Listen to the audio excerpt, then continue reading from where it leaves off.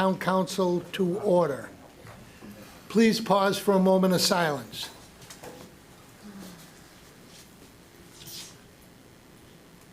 Please stand for the Pledge of Allegiance. I pledge allegiance to the flag of the United States of America and to the republic for which it stands, one nation, under God, indivisible, with liberty and justice for all.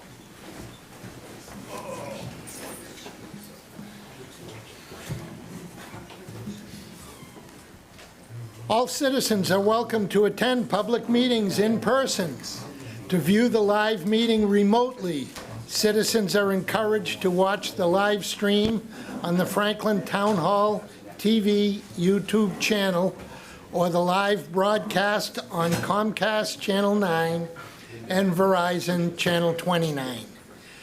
Meetings are also archived by Franklin TV on the Franklin Town Hall TV YouTube channel and shown on repeat on Comcast Channel 9 and Verizon Channel 29 for those who miss the live meeting.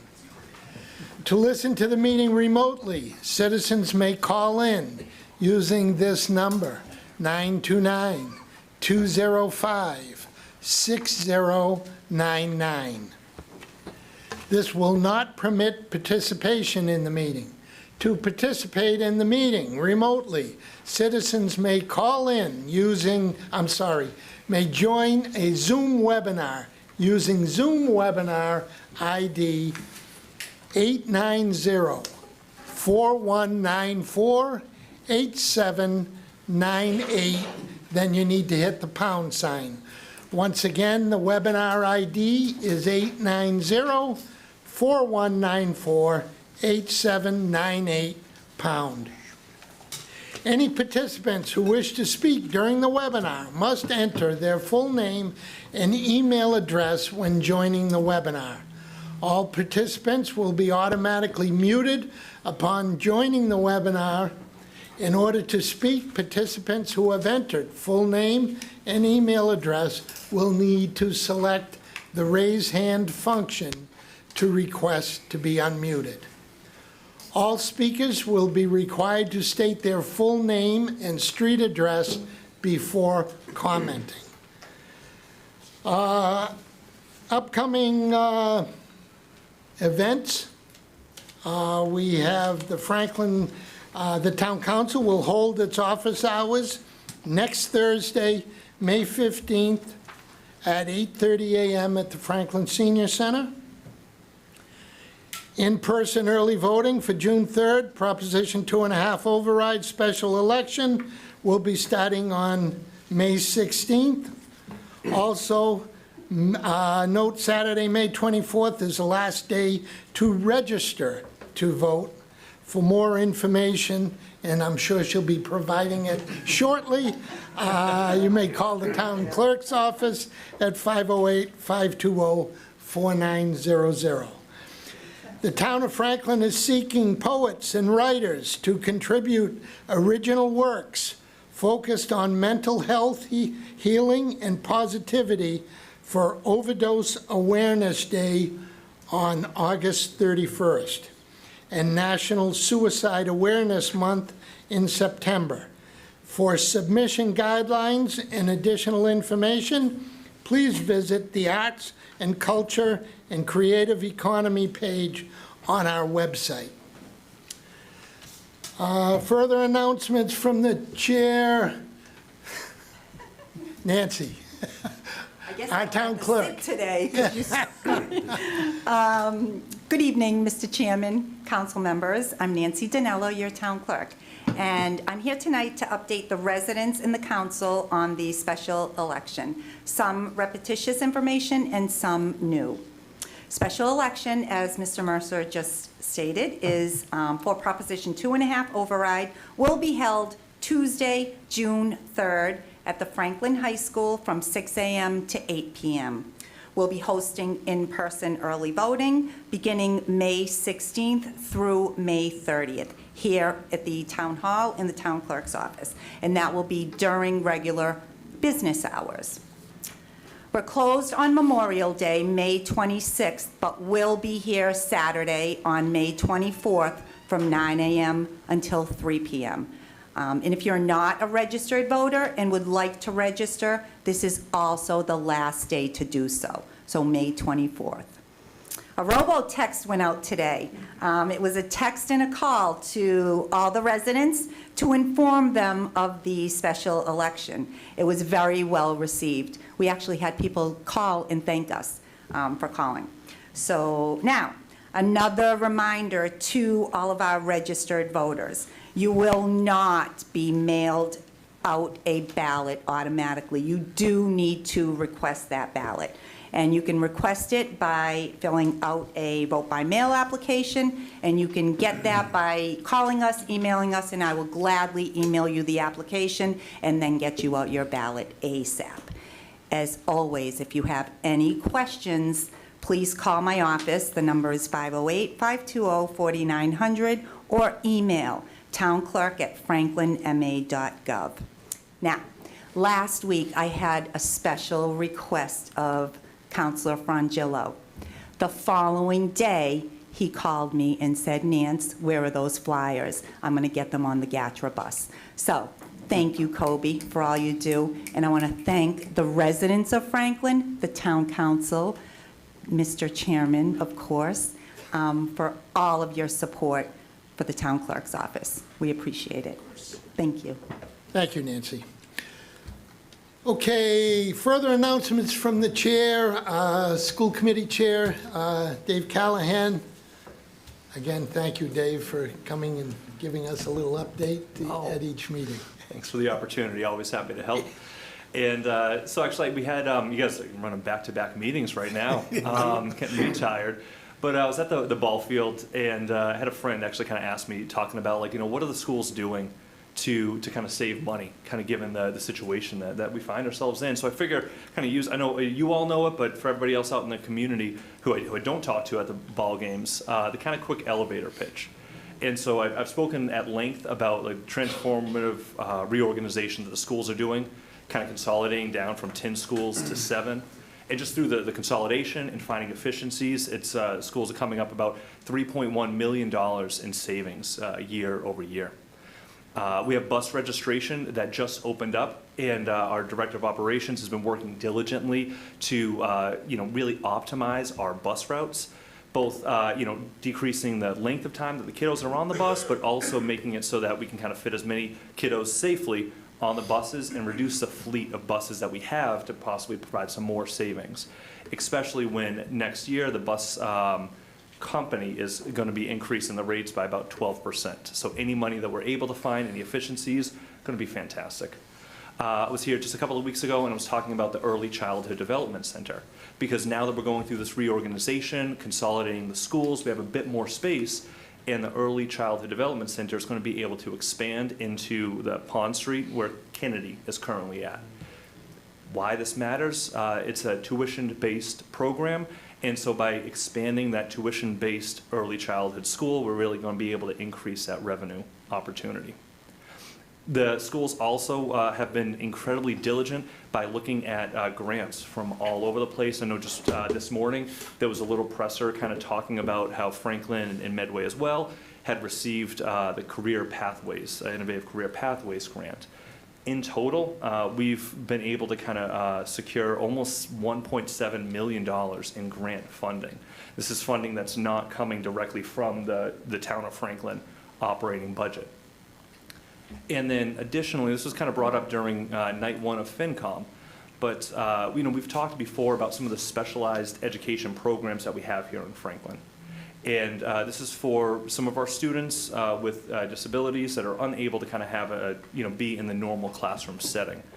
And that if we're unable to kind of teach these kiddos here in Franklin, we're going to be oftentimes kind of providing transportation out of the district at schools and programs that cost substantially more than what we're normally kind of used to paying. I know Chairman Mercer, for your time on the school committee, know very well about some of those high costs.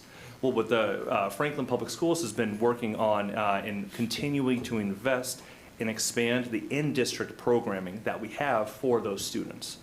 And again, there's some amazing benefits to be able to make sure that we have Franklin kids going to Franklin schools, that they're there with their brothers and their sisters and their neighbors, and they're getting invites to all the classroom parties. There's some wonderful and amazing opportunities. It also is providing about over $5 million in savings by having all of these students here in Franklin. And so it's just a tremendous, wonderful program, but also just from a cost perspective, to be able to invest in our schools with these programs is just continuing to provide a great return on investment with the savings that we're able to have. And just before I go, I do want to actually call out, I'm seeing some of our great school resource officers that are here in council chambers tonight. These are the police officers that are here, coming into the schools day in and day out. And there's such a great relationship that I'm seeing. And I know it's always been there, but I'm really seeing it, especially this year, between the schools and all the other town departments, like our school resource officers, or like, if anybody had the opportunity to listen to the latest podcasts over on Franklin Matters, but we had Miss Callie from the library with Miss O'Leary from the middle school, talking about the great integration that those two are offering and bringing into the middle school programs. We have, through this entire reorganization process, Colin, our Director of Operations, has been working hand in hand and wonderfully with Kevin Harn over at Facilities. And I know the Town Administrator, Jamie Helen, and Superintendent Lucas Jagir is constantly coming up with some new creative programs that are coming out, or just new, better opportunities to kind of be able to run this entire operation. It's a massive operation, but by working hand in hand collaboratively at every step. And it's fantastic to kind of see that. And so I'm just kind of looking around the room. I want to call out and just a big thanks to everybody, to those, all in the school part, but also in the town part, for working hand in hand so wonderfully together. So I want to thank you all very much for your time. And any questions, as always, please feel free to give me a call, reach out. I'm going to be at the Parmenter Memorial Complex just about every day for the next month for baseball. And pay attention. Rain or shine. Thank you, Dave. And again, I want to thank Dave for about a couple of months ago, Dave and I got together and we talked about how we could have more communication between the school committee and the town council and to our different audiences. So we came up with this opportunity for Dave to come early on at council meetings whenever he can, and just kind of give us an update as to what's going on within the schools. Because I think it not only gives the council and people in council chambers an idea as to what's going on, but it also hits a different audience, because the town council audience is a little bit different than the school committee audience as a general rule. So I want to thank him again for continuing to do this. I think it's great. I know every counselor has made the comment to me that it's great having you come and give us these updates. So thank you for that, Dave. Okay, next item on the agenda, citizens' comments. Citizens are welcome to express their views for up to 3 minutes on a matter that is not on the agenda. In compliance with General Laws, Chapter 30A, Section 20, the open meeting law, the council cannot engage in a dialogue or comment on a matter raised during citizens' comments. The town council may ask the town administrator to review the matter. Although nothing herein shall prevent the town administrator from correcting a misstatement of fact during during citizens' comments and councilor comments. Okay, with that, I'll open up anyone, council chambers. Jane, please, name and address, please. Bear with me because I have severe laryngitis, but it's Jane Calloway Tripp at 607 Maple Street. I was unable to attend the last meeting due to being sick, and I was so upset and disappointed that I wasn't present. But I'm here tonight so my voice can still be heard. First, I do want to sincerely thank you for putting it in writing that the Parmenter property will always honor the man in which the land was donated. The commitment matters, and it ensures we continue to respect the intent behind the generous gift to the town. Now, while I understand that following the school's release of the property, the town had to officially reclaim the ownership, I want to be clear. The property was donated to the town of Franklin, not 9 counselors, not a town administrator, to 36,000 people who own that land. That land belongs to us. Historically, when this property was originally donated, the town held a vote to determine its use, reflecting the will of the people. I strongly believe that this land transitions back under the town jurisdiction. Any future decisions regarding the use must once again be determined by the residents through a town-wide vote. This is not just about process, it is about honoring Franklin's identity and the principles upon which this land was entrusted to us. While the deed may not explicitly state the land must always be a school, it was meant to serve Franklin's children. The intent can be honored through various and creative community-focused uses. Franklin came together once to decide its purpose. We can come together again to ensure it continues to serve in a way that aligns with the vision of the original donation. Furthermore, I do strongly advocate for the formation of a parliamentary committee, one that allows residents to take an active role in shaping the future of this land. The town should not make unilateral decisions that exclude those who care most about Franklin's long-term character. I am once again requesting that when this committee is formed, requesting that I be allowed to serve on it, bringing forward the concerns and hopes of many residents who believe in transparent, community-driven process. For Franklin to remain a town shaped by its residents, we must ensure every voice is heard, not just those at the table tonight. Let's uphold the town's values and engage in public discourse necessary to honor the parliamentary legacy. Thank you. Thank you, Jane. Is there anyone else in council chambers? Please, Mark, name and address, please. Thank you. Mark Minichelli, 31 Longfellow Drive. Good evening, everyone. Councilor Mercer, councilors, town administrators. Tonight I'd like to speak briefly on 2 subjects. First, a bit of philosophy. The great philosopher Yogi Berra once said, "If you don't know where you're going, you'll end up someplace else." Several months ago, I had requested that the town should have a target for the desired level of subsidized housing inventory in Franklin. The current development project at 444 East Central Street, the Stobart's property, has produced some public debate around the fact that Franklin has already met and exceeded the minimum 10% threshold. Until the town sets a target for where we want this metric to be, I'm concerned we'll end up someplace else. Secondly, I recently enjoyed being interviewed by a local host on Franklin TV. When the topic of Proposition 2.5 override came up, he referred to it as a school budget override, while I referred to it as a town budget override, and we proceeded to discuss the details. I request that the town council members, that the town administrators and department heads, the school committee members, and Franklin Public School leaders continue to clearly communicate the impact to all town departments should the override not pass. Thank you. Thank you, Mark. Is there anyone else, please? Name and address for those who don't know who you are. Hopefully everybody doesn't know who I am. Jeff Nutting, 2 Magnolia Drive. First, to the council, I really appreciate your time and energy as unpaid volunteers. I'm still involved in local government, and it's harder now than any time in the 50 years I've been doing this, so I really appreciate all your hard work.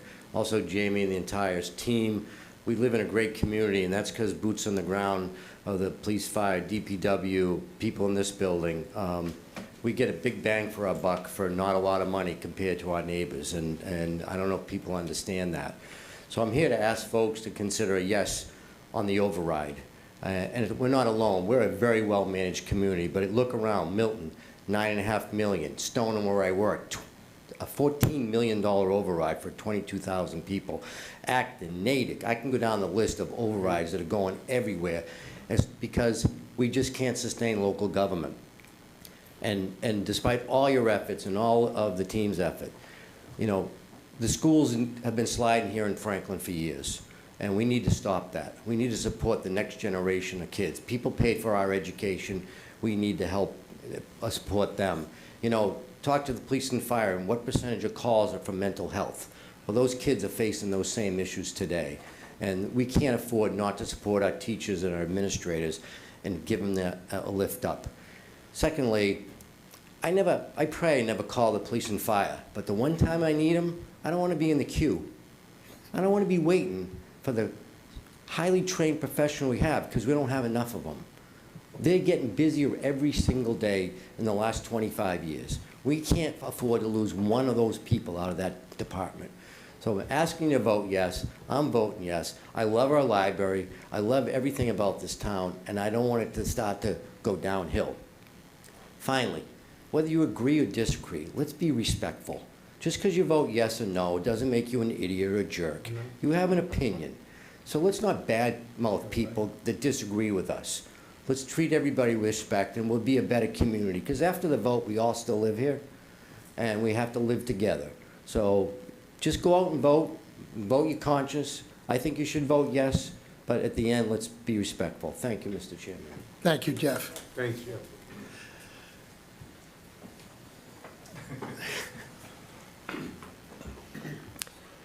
Excuse me. Steve Sherlock, 13 Magnolia Drive. Yes, we are neighbors, although our schedules are so busy, we hardly see each other. So 2 quick public service announcements. Budget hearings, Finance Committee last week did their 3 set. You'll be scheduled for yours later. So the watch, listen, and read is 2/3 done. It's posted today on Franklin News. The transcript for the 3rd one should be out in the next day or so. So you can watch the video, listen to the audio, and read the transcript rather than having gone to the meetings to get all the information to make a decision, as Jeff said, to vote your conscience. Other quick plug, the other audio I did recently, I think I mentioned here, I may mention elsewhere, Pen to Pictures event targeted for middle schools. There's an author coming to talk about the pen to picture, so they're designing the graphic art novel that he's worked on. It was a great audio as well with with Erin, Pam, and Bree. Another collaboration between library and schools. So for that middle school population, I think it's 1 to 3 on Saturday the 10th. You can listen to it and just find out what's going on, because there is a lot going on, and we want to keep it that way. So thank you. Thank you. Name and address, please, Jenna. Hi, Jenna Cohen, 14 Elm Street. Just to jump on a theme, I guess, this evening around the override, I just want to request that town councilors and other leaders in town help to create clarity in the conflating issues that are showing up around the override as it relates to building in town in particular, and that was referenced in a couple of the comments previously. It's a lot to wrap our heads around as citizens of how things do or don't relate to one another. And I think you all are very well versed in that. So I'm not going to pretend to be an expert, but I can appreciate, I think, that there are just a handful of ways in which this town can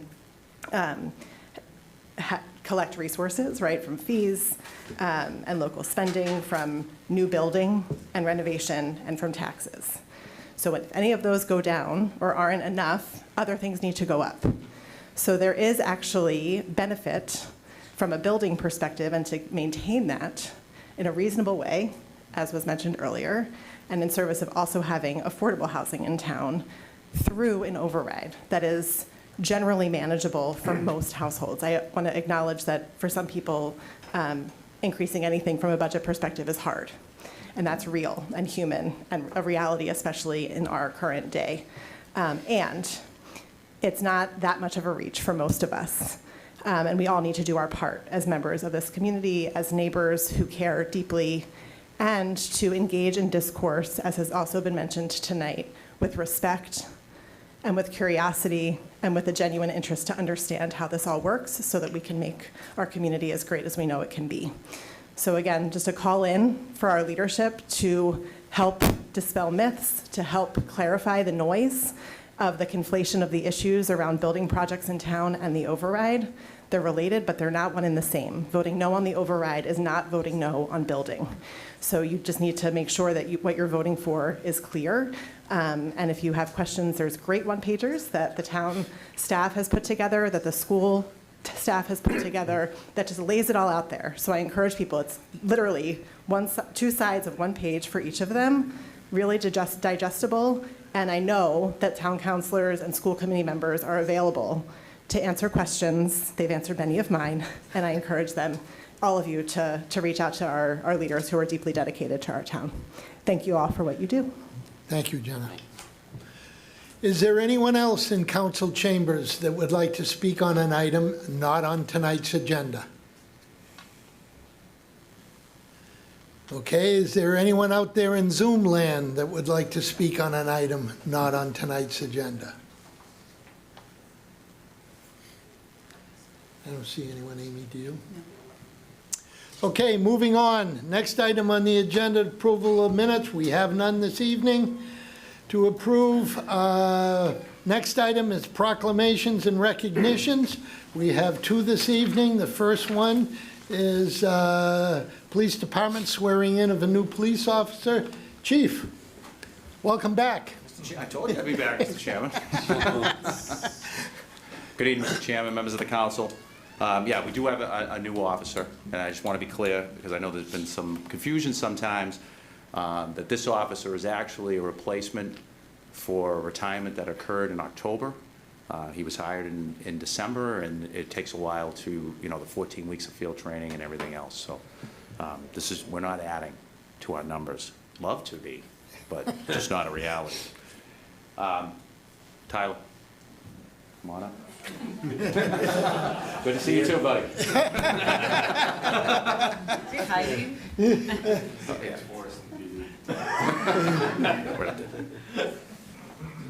Good to go, facing me. Hey, thanks, buddy. All right, so this is Tyler Hosley. Tyler joined the Franklin Police Department after working a brief time as a police officer with the town of Barry, Massachusetts. Tyler graduated from the MPTC Holyoke Police Academy and became a Mass Post certified police officer in March of 2024. In his short career as an officer, Tyler has already been recognized for his exceptional efforts in providing life-saving interventions at a near-fatal motor vehicle accident by being awarded the Medal of Valor from his previous agency. He has an associate's degree in criminal justice from Quinsignment Community College.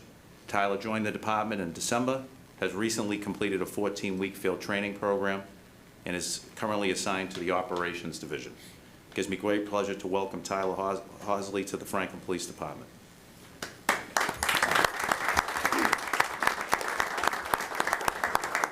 going to ask you to raise your right hand and repeat after me, okay?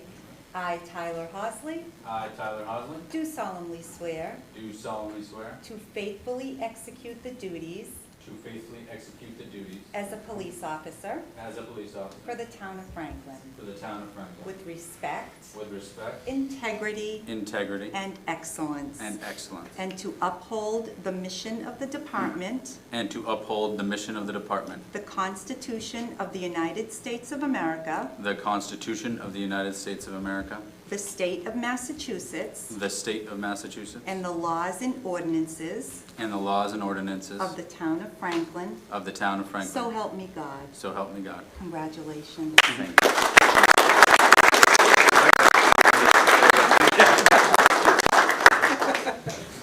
All right, so saving lives runs in the family. Tyler's mother is a dispatcher, and Tyler's fiance is a nurse at a hospital? Yes. That's correct. And both of them ended up getting stuck at work tonight. So there's a first for me. I will be pinning Tyler's badge. I won't stab him, and I'll do it pretty quick, too. Yeah, there aren't any paramedics here tonight. It is harder than it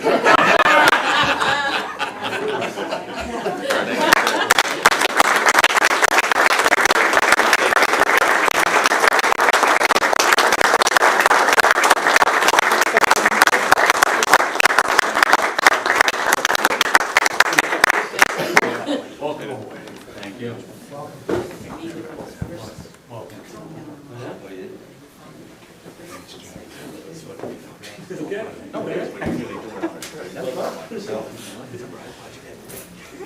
Next, I think we have a recognition, and again, Chief. Thank you, sir. All right, so obviously over the last almost 9 years, I've been up here a number of times for new hires, promotions, people receiving specialty position assignments, and retirements. So this is a different type of recognition. This is to recognize an individual who's moving on as they advance in their career in law enforcement, and to thank that individual for all they did for the Franklin Police Department. I know most of you may know him well, have, seen him around over the last almost 8 years, but he may not have been introduced to you in his new title. So I take great pleasure in asking the Chief of Police of the Upton Police Department, Nicholas Palmieri, to join me.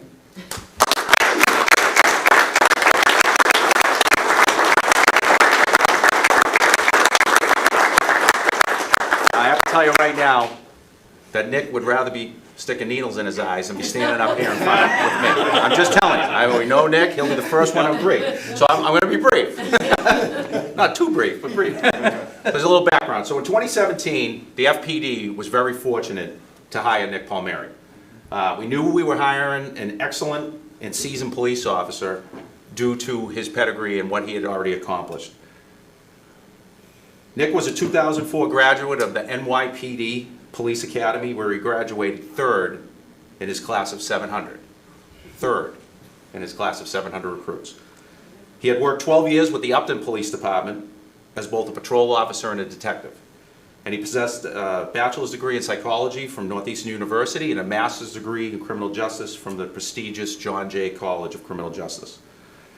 And so we further expected great things from Nick once joining the FPD.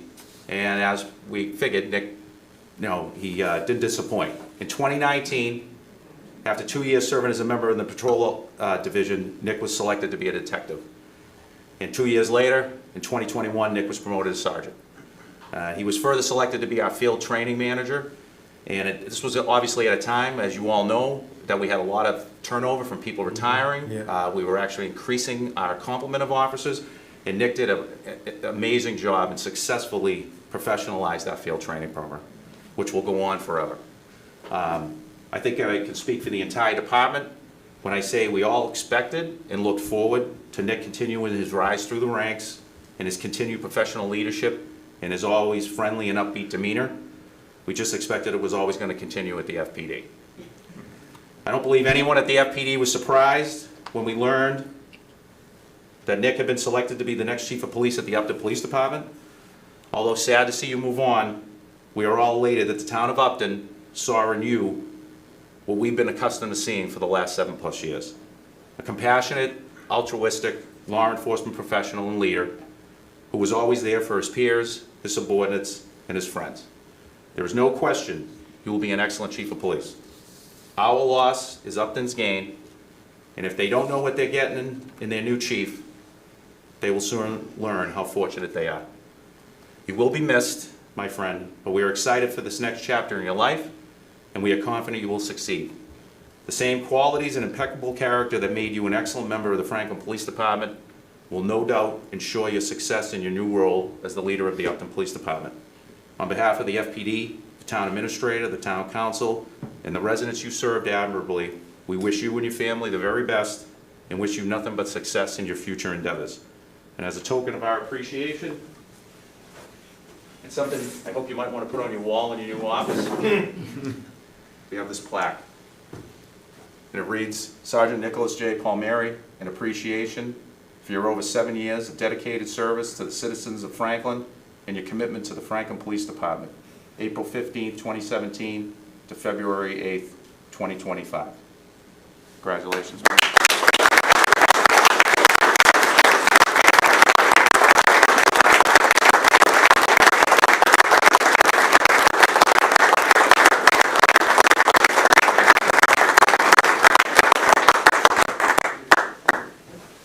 Trust me, I'll be brief.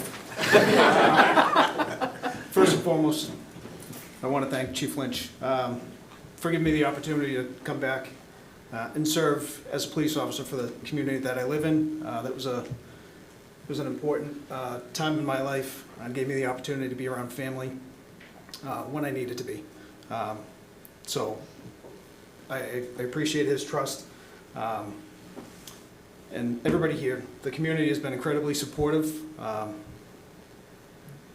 from when I started to when I left.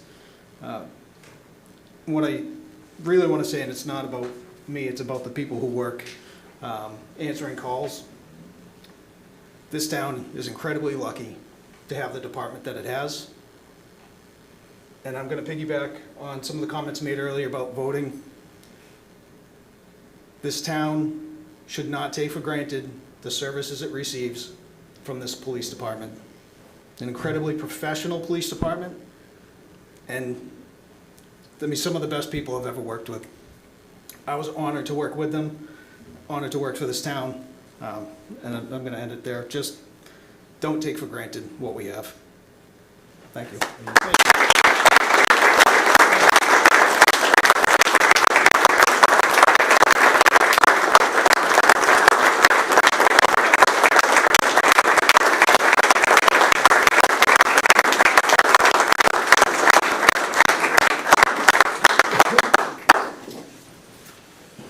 Okay, I'm going to take a short break, but in a second. I first want to acknowledge all the police officers that are here tonight to support our new patrolman, as well as new chief of the Upton Police Department.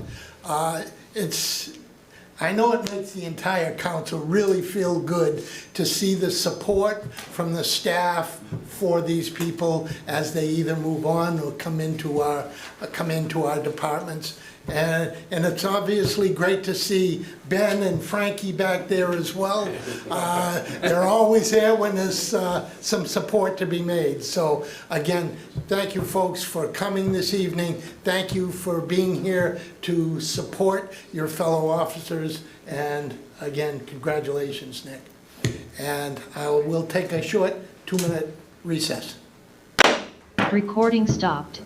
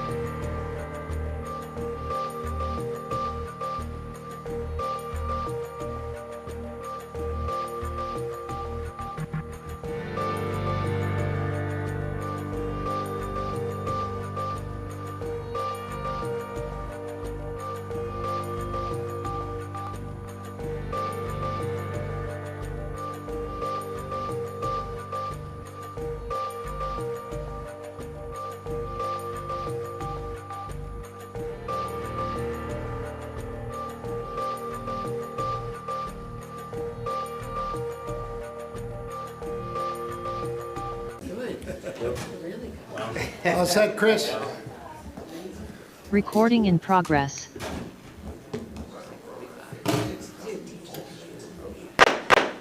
Call the May 7th meeting of the Franklin Town Council back to order.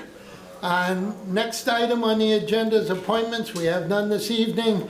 We have 2 public hearings, and the first is new Section 12 restaurant, all alcoholic beverages license and approval of Karan Goswami as the manager, Goshik Restaurants Incorporated, doing business as Mirchi Indian Cuisine, located at 14 East Central Street, Franklin. And I would declare that public hearing open. And is the applicant online? Yes, he is. He's promoted to panelist.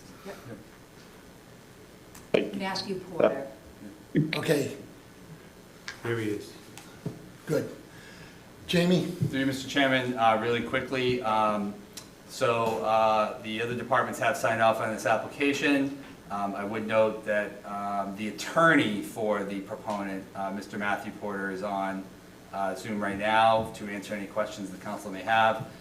Folks would note that Mirchi was a restaurant that has been in Franklin for some years.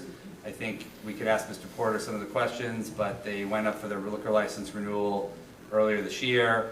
And then at the request of the ABCC, they asked that you rescind that license, and now they are back for the brand new license again.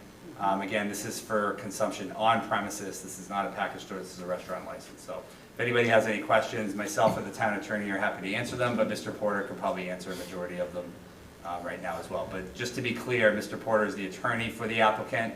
And I believe we did get note earlier that the applicant was unable to attend this evening. Thank you. I'm sorry, but I have a little problem if the applicant is not here. So if I may, just interject, my client is available. He's online. But I do want to just clear up a couple things that Jamie said. First of all, my name is Matthew Porter. I'm the attorney for Goshik Restaurant, Inc.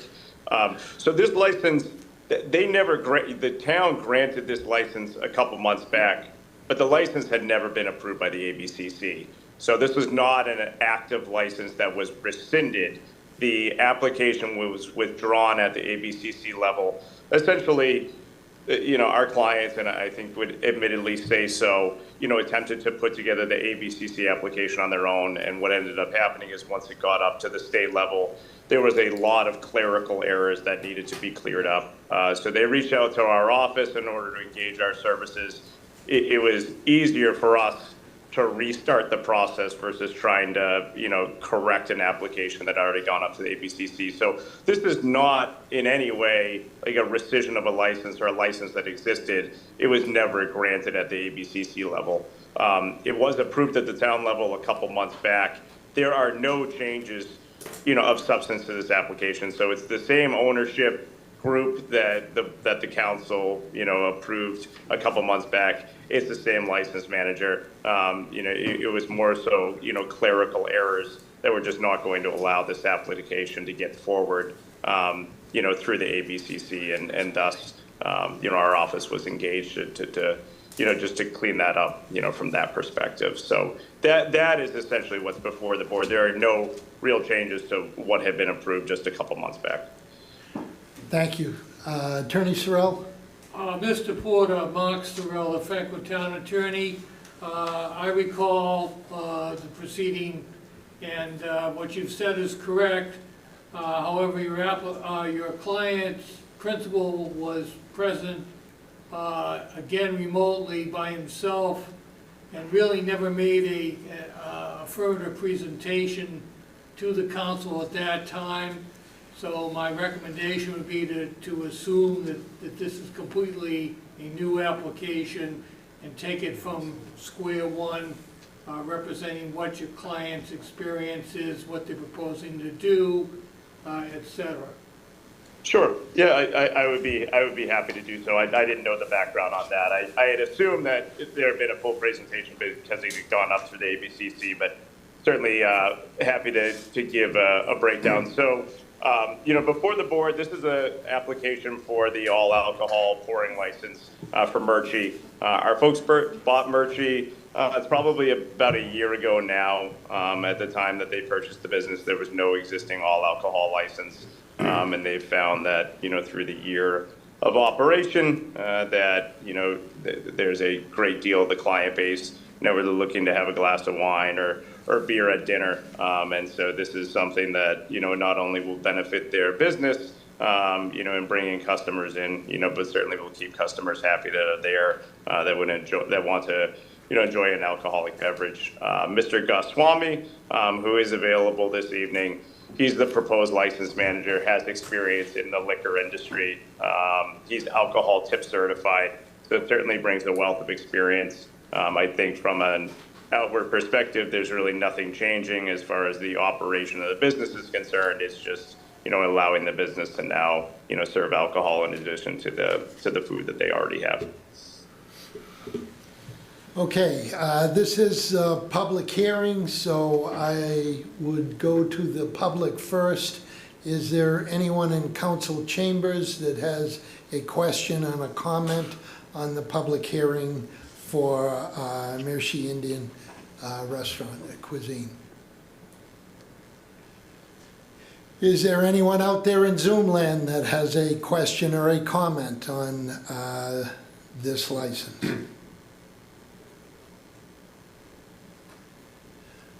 Okay, seeing none, I'll go to the council. Questions or comments from the council? Councilor Cormier-Ledger.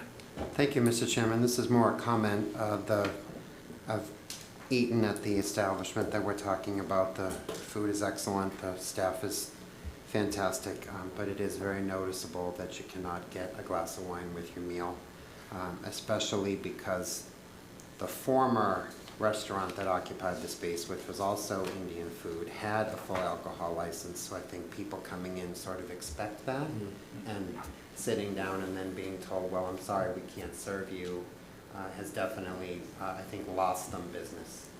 So I think it would be good for us to try to help this local restaurant because they have maintained a very expensive, very beautiful location, and their food is quite good. So, thank you.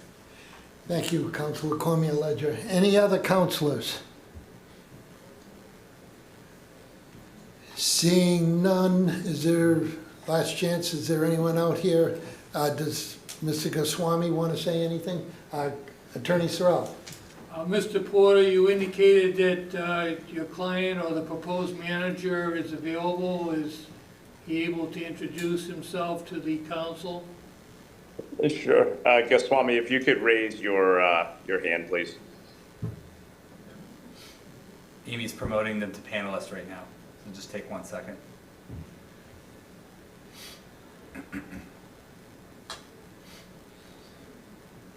There it is.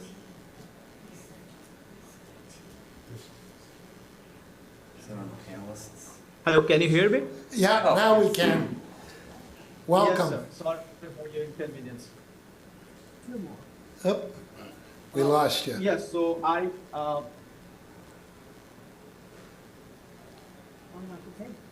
Hello, Yes, can you hear me, sir? and now we can, yes.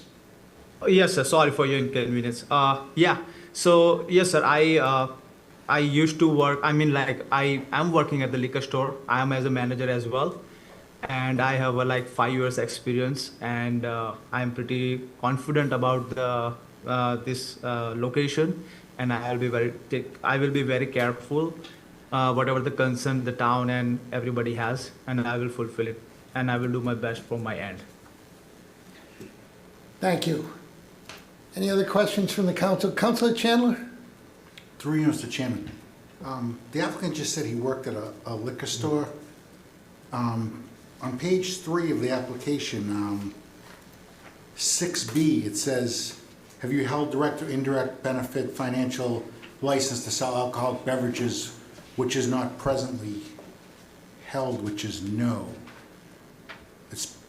I'm sorry, so we Yeah. still, So 6B is a question for anybody with an ownership interest in the license as to whether they possess an ownership interest in that license. That's not directed towards the manager. And that would be an ownership interest, not just working at a store. okay, Mr. Chairman. Okay. Any other questions? Seeing none, I will declare the public hearing on the all-alcoholic beverage license and approval of Karen Goswami as the manager, Goshik Restaurants, doing business as Mirshi Indian Cuisine, closed. We'll go right to license transactions, and I'd ask the clerk to read the license transaction for new Section 12 restaurant all-alcoholic beverage license and approval of Karen Goswami as the manager, Goshik Restaurants, doing business as Mirshi Indian Cuisine, located at 14 East Central Street, Franklin.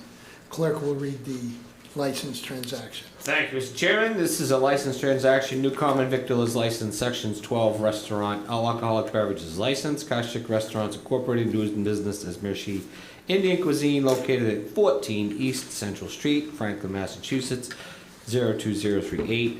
Kashik Restaurants Incorporated, doing business as Mirshi Indian Cuisine, located at 14 East Central Street, Franklin, Mass. 02038, is seeking approval for a new Section 12 restaurant, all alcoholic beverage license, and approved manager, Karan Goswami. All departments have signed off on this application, and Mr. Chairman, this is a motion to approve the request by Kashik Restaurants Incorporated, doing business as Mirshi Indian Cuisine, for a new Section 12 restaurant, all alcoholic beverage license, and to approve Karan Goswami as the manager. Second. Motion and second. Discussion on the motion. Seeing none, the vote will come on the motion. All those in favor signify by saying aye. Aye. Opposed? Motion carries. Thank you. You're welcome. Thank you, folks, and good Thank you luck. for your time, sir. Thank you so much. Okay, next public hearing is zoning bylaw amendment 25-935, a zoning bylaw to amend chapter 185, section 24, floodplain district. Jamie, you want to do a lead-in? Sure. So through you, Mr. Chairman, through you to the council, as when you referred this to the planning board, just to summarize really quick, this is a mandatory element from the federal government, from FEMA, to make sure that our floodplain overlay district is updated. Time is of the essence. We have to have this approved by, I think, late July. We have received notice, which has been in the packet from FEMA regarding this. We did this 5 years ago. Most people forget it because we did it during the lockdown and the pandemic or whatnot. But there are very minimal changes to this. This did get a hearing at the planning board a couple weeks ago or last week. And the planning board did recommend to the council to approve this. They did a unanimous vote. And so this will require 2 hearings, both tonight and a second hearing probably in 3 weeks. And this is to update our floodplain overlay district, which makes us eligible at the federal level that if there was a natural disaster, we would be up to compliance. If we weren't, then we were out of compliance. We may be truly out of compliance if there was a disaster here that we needed federal assistance through the state. Thank you, Jamie. Okay, I will declare that the public hearing is open on zoning bylaw amendment 25-935. This is a public hearing. I will go to the public first. Is there anyone in council chambers that would like to speak on this bylaw amendment?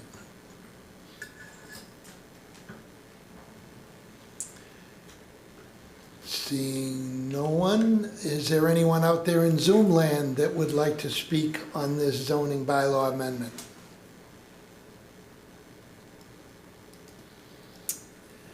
I don't see anyone. I'll go to the council. Questions on the zoning bylaw amendment? Yeah, exactly. We need to get this done, which is why we're trying to get it on the next 2 agendas. Okay, seeing no further discussion, I will declare the public hearing closed on zoning bylaw amendment 25-935, a bylaw to amend chapter 185, section 24, floodplain district. Okay, we'll move on. Next item on the agenda is license modification. Change of manager of a Section 12 restaurant, all alcoholic beverage license, the Chateau Restaurant of Franklin Incorporated, doing business as the Chateau, located at 466 King Street.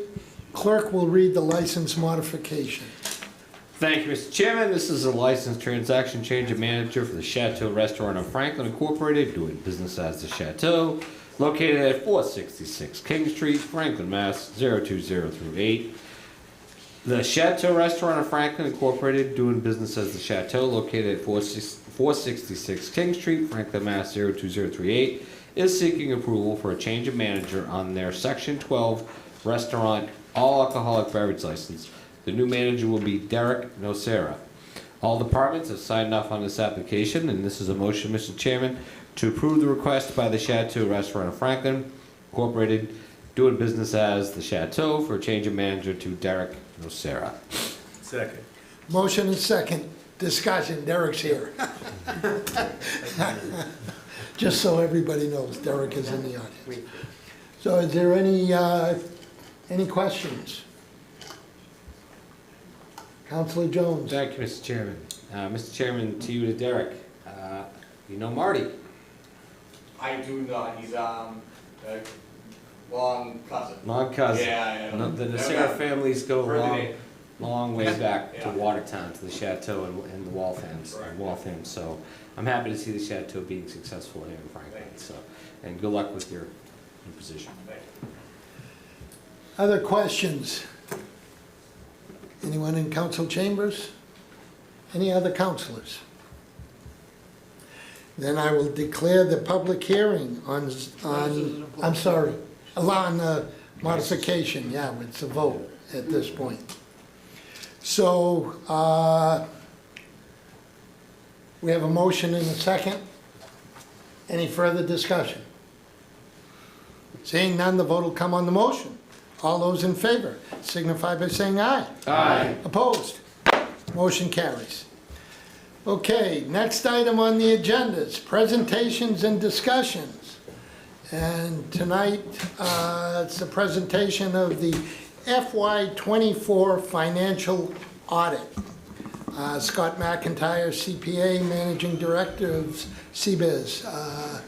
Jamie, you want to do the lead-in? Yeah, just a little lead-in while Scott's getting entered in as a panelist. I think all of you have been through this now for 3, 4, 5 years. Just a way of background, I just want to make sure it's clear, not every community does this. We've been public where not every audit comes into a board of selectmen or a council and does a public presentation. As many of you have been on the council for many years in my tenure here, we've made huge improvements over the years. 10 years ago, we used to get what's called a management letter. You get a side letter with a few recommendations on how you can improve.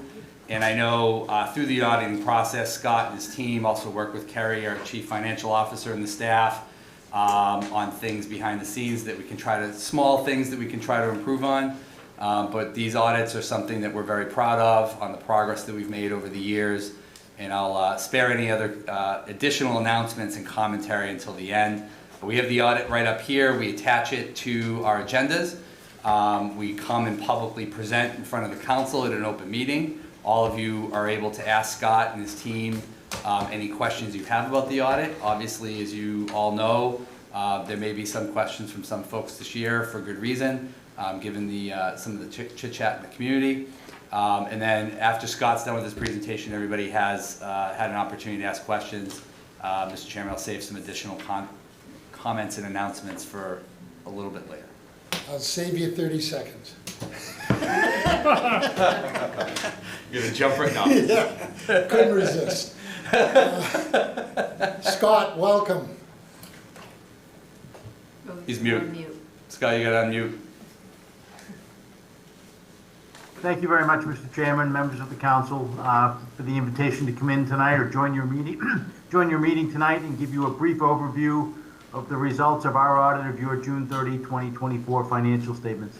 I'll start by saying it was once again a pleasure to working with Jamie, Kerry, and the staff in Franklin. Very well prepared.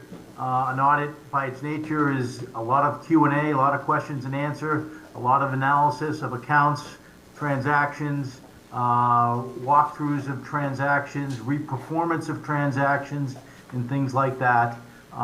And the town was very, very cooperative as it has been for many years. So, what my objective is tonight is just to give you a broad overview of the results. I'll also walk through the financial statements, and I think in my communication with Jamie earlier today, he is going to pass out what I'll call the single audit report, and I'll explain more about that as the conversation goes on. But I'm going to walk through the financial statements first.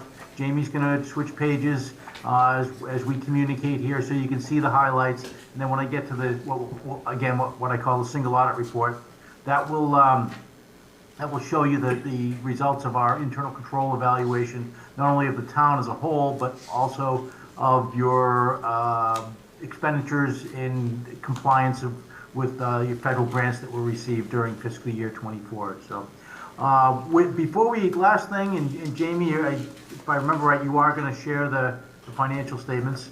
Ultimately, I'll start on PDF page 4 of the financial statements, which is the opinion. But I do want to just take a minute and tell the council and anyone that's listening is that our audit of your financial statements went very well. In the most basic terms that I can think of, what that means is we found the town's books and records to be in good working order. And as a result of that, we did not need to propose any significant audit entries as a result of our work. If some of this sounds like it may be issues that you've heard in the past, that is true. However, I'm not doing the same presentation year over year. Our professional standards require the communication that I'm making this evening. So to let you know how the audit went, also to let you know that there were no significant audit entries as a result of the procedures that we performed. There were no disagreements between management of Franklin and our auditing firm as to the application of generally accepted accounting principles. Sometimes when new accounting standards come out, there can be differences in interpretation. There were no such disagreements in this fiscal year 2024. There are some significant estimates in your financial statements. The largest ones deal with your net pension liability, your proportional share of the county retirement system, as well as your net OPEB liability. And with both the pension and OPEB liabilities, there are related accounts, deferred outflows, deferred inflows, and the allocation of expenditures. A relatively new item in our professional standards that I am required to talk with you about deals with what we call our non-audit services, or technically they're called non-attest services.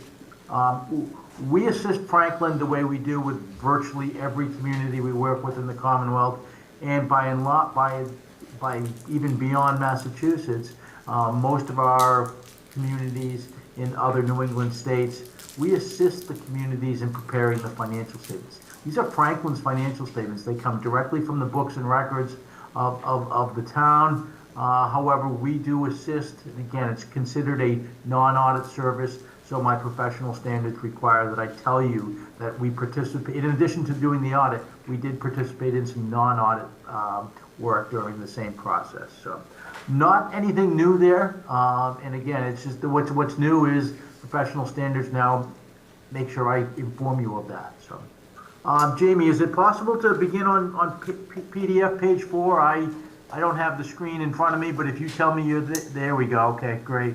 Yep. Actually, it's print page 1. If you could go back a couple of pages, maybe right there. I'm going to go by PDF number 4, right, Scott? Yes, please. Yep. Thank Independent you. Auditor's Report. Yep. Yeah, this is our independent auditor's report. I'm pretty sure I said this last year. Last year, the header here was Markham LLP CPAs. The year before that was what I call my legacy firm, Melanson. This year it's CBiz. I spoke about this last year, and in January of 2023, Melanson, the firm I had been with for at this point nearly 40 years, merged with a national firm, Markham. The primary driver of that was there are not enough students going into accounting these days, so we needed to avail ourselves of additional resources. That's what I told you last year. Little did we know, and we certainly did not know, that CBiz, which is a much larger company than Markham was, CBiz acquired Markham effective November 1st of last calendar year. So just a quick overview. Myself, I've been doing work in the Commonwealth for, like I said, almost 40 years. I've been periodically the partner on the engagement in Franklin for many, many years, but we do rotate our staff. In fact, this year we had an entirely new set of staff other than myself on the engagement. With that said, the opinion that you're looking at here is what is known as an unmodified opinion. In more basic terms, it is called a clean audit opinion. The opening paragraph there talks about our opinions, and in our opinion, your financial statements are materially fairly presented in accordance with GAAP or generally accepted accounting principles. The basis of accounting paragraph there is important. It lists two sets of auditing standards that we follow. The only other set of auditing standards deals with publicly traded companies, so it doesn't apply in your case, but we followed both generally accepted auditing standards in the United States as well as generally accepted government auditing standards. There's some differences. I could tell you about it. If there's any questions on that, I'd be happy to talk about it. Again, it's a clean audit opinion, technically referred to as an unmodified opinion on your financial statements. Following the opinion is your management's discussion and analysis. That is a great resource to go back to at a later point in time to understand why certain key account balances have changed. Jamie, if you could please jump forward to PDF page 16, please. PDF page 16 is the second half of your statement of net position. Your statement of net position is what I call your long-term perspective balance sheet. Technically, as I said before, it's the statement of net position. The prior page deals with the cash, the receivables, the capital assets, and things like that. On the long-term perspective financial statements, there's really two accounts that, in our opinion, we just have a professional responsibility to make sure we draw these to the attention of readers, because we don't think any conversation about a local government's finances is completed without at least mentioning what's going on with your net pension liability and your net OPEB liability. Focusing on that first column of numbers, right in the non-current liability section, and again, in that first column of numbers, you see a net pension liability of $53 million. That is Franklin's proportional share of the Norfolk County overall unfunded pension liability. It's measured it's measured 6 months before your year end. So that was measured as of 12/31/23.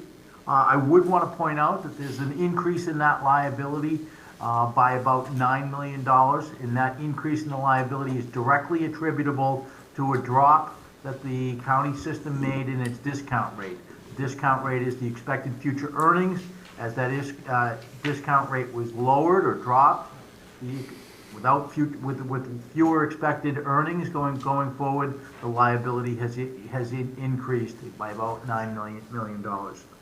The net, to make sure I add certain perspective to that, you are on a funding schedule with the county, where you make an annual required contribution that over time the system will become fully funded. So just wanted to add that last bit for some proper context. The net OPEB liability, OPEB or OPEB, stands for other post-employment benefits. What they're really getting at is retiree health care. And as of June 30, 2024, in the governmental activities, that first column of numbers, the net OPEB liability was about $63.5 million. Up slightly over the prior year from about $61 million, just really based on some of the experience claims that occurred during fiscal year 24. There's a wealth of disclosures in your report dealing with these two liabilities. Again, you also, to add perspective to the OPEB liability, you do have an OPEB trust fund that's reasonably well-funded. Not the most funded plan in the Commonwealth, but I have certain clients in the Commonwealth that don't have any OPEB funding. So it's a great start to the funding of the OPEB. I think the town's doing very well in that area. And it's just a matter of time and allowing the contributions to continue and to let the interest earnings, accrue to the fund, and your liability will come down. So, with that said, Jamie, if you could pop over 2 more pages to PDF page 24.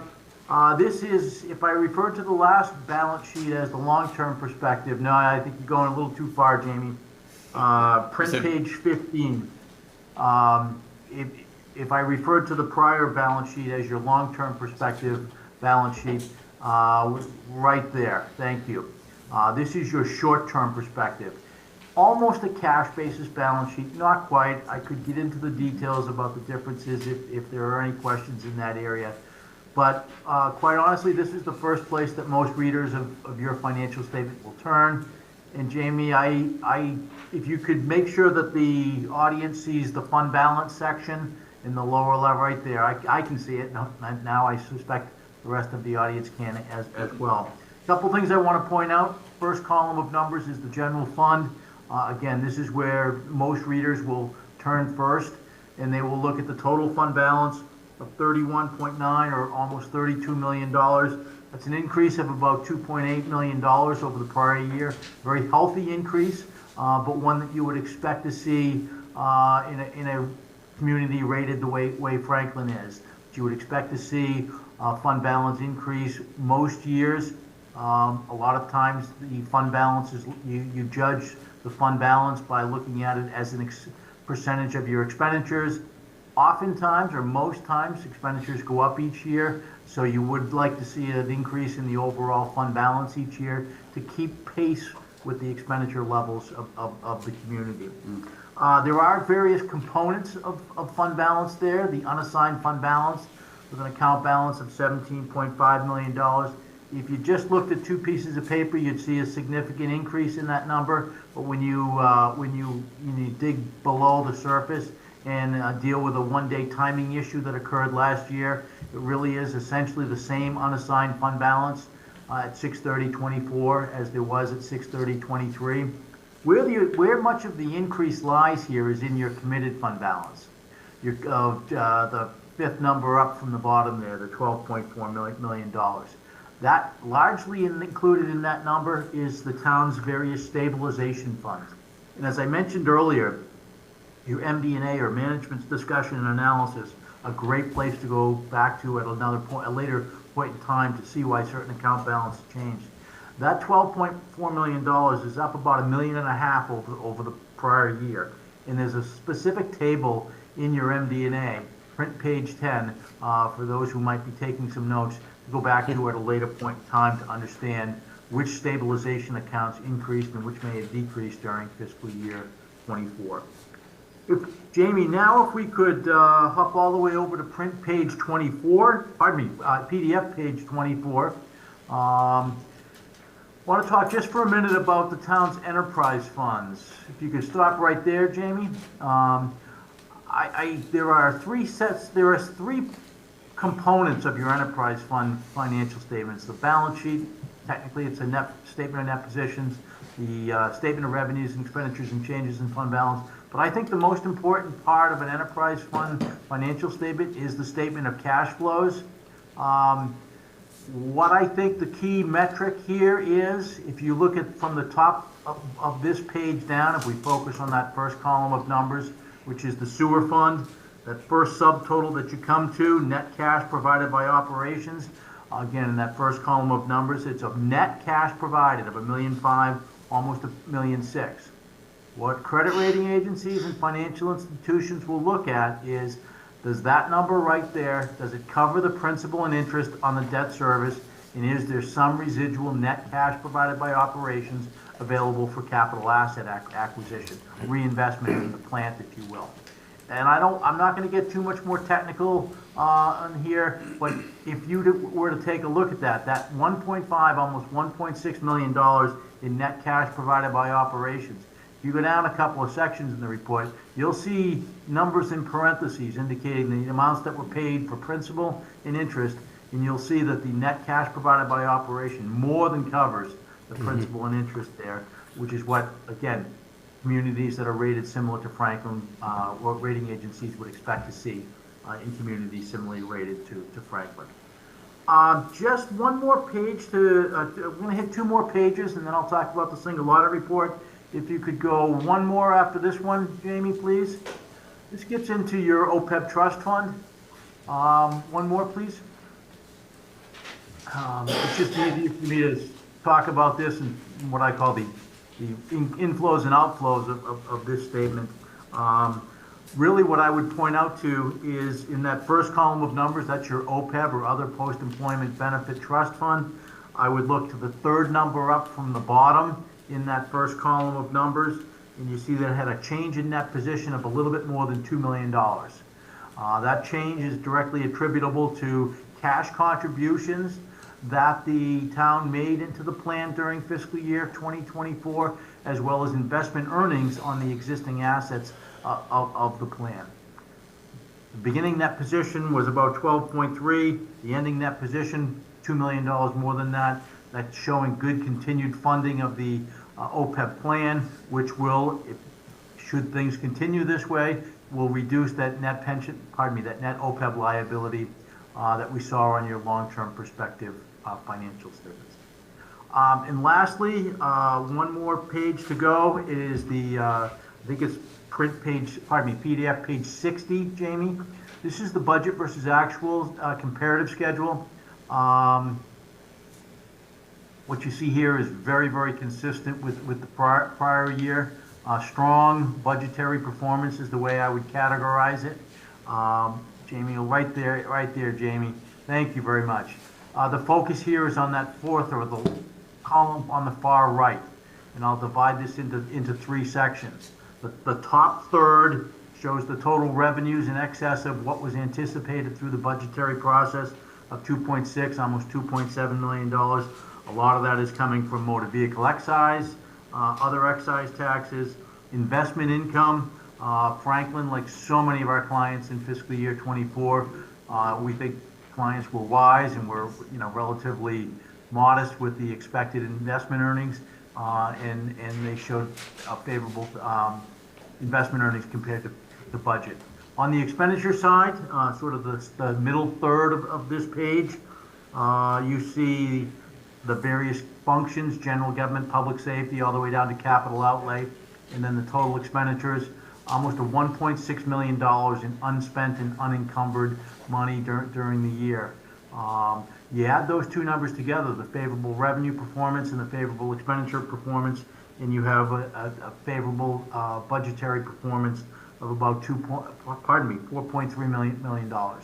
Now, the final section in the very bottom of this page, the final third, if you will, has a lot of negatives in there. I think this presentation is appropriate because anytime a community uses its free cash, it is expecting the outflows of resources to exceed the inflows. So you're going to see a draw in your overall fund balance when you do use free cash.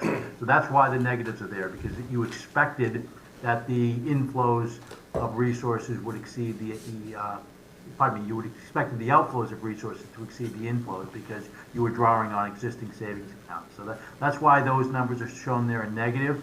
When I look at this, and that's also why the town chooses to outline the purposes or the use of free cash was for capital plan, property acquisition, stabilization. You don't see operations in there. And that's something that would be viewed very favorably by financial institutions and credit rating agencies.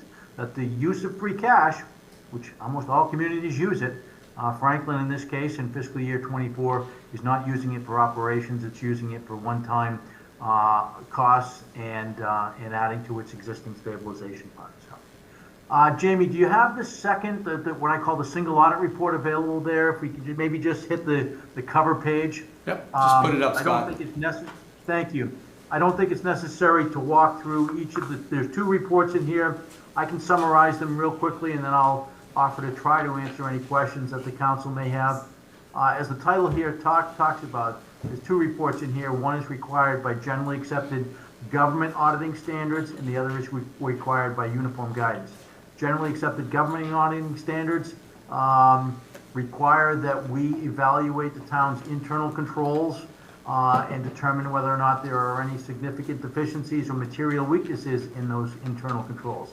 And the definitions of those 2 terms, significant deficiencies and material weaknesses, are included in the text of the first of the 2 reports that's in here.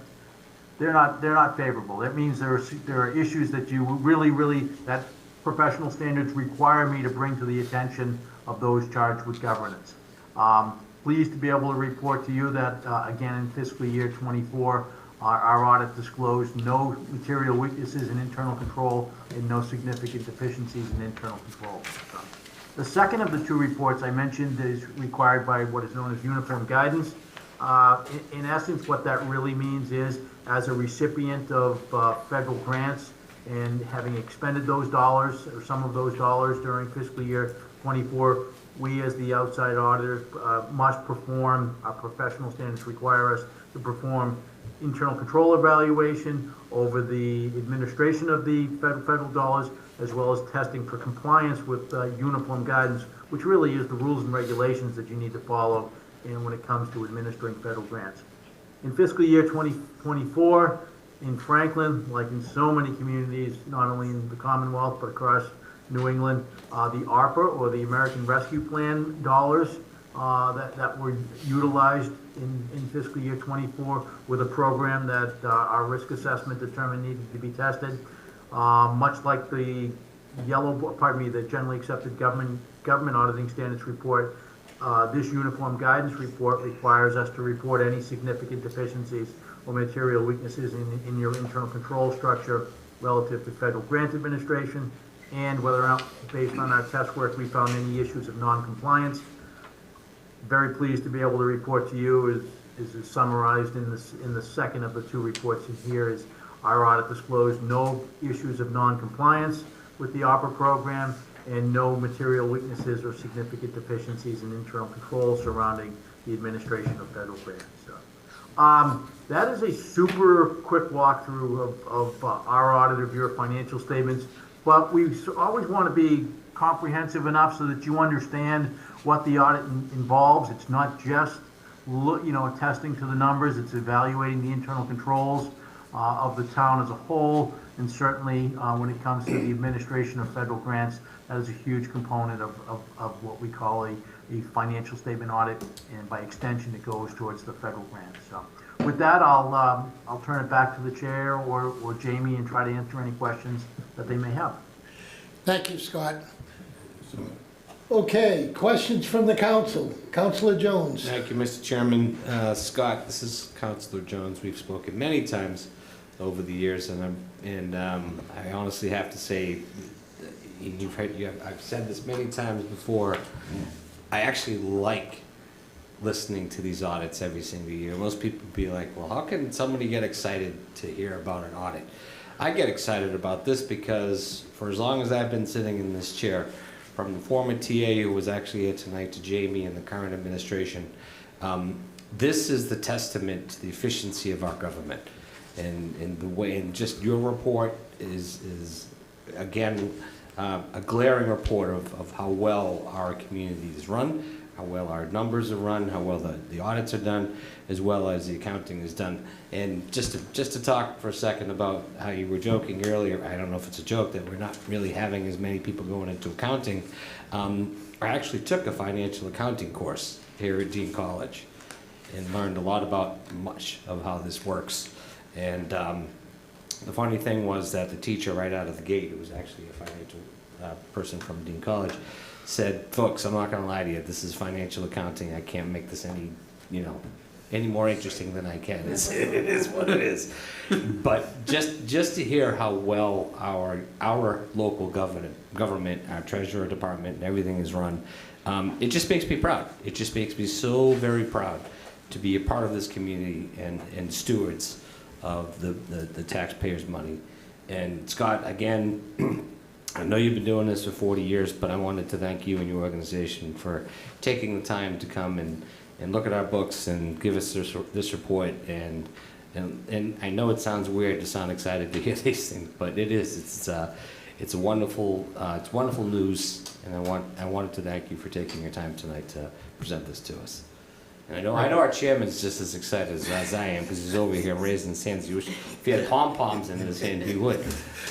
But thank you, Mr. Chair. This is true. Thank you, Councilor Jones. Councilor DeLorco. Thank you.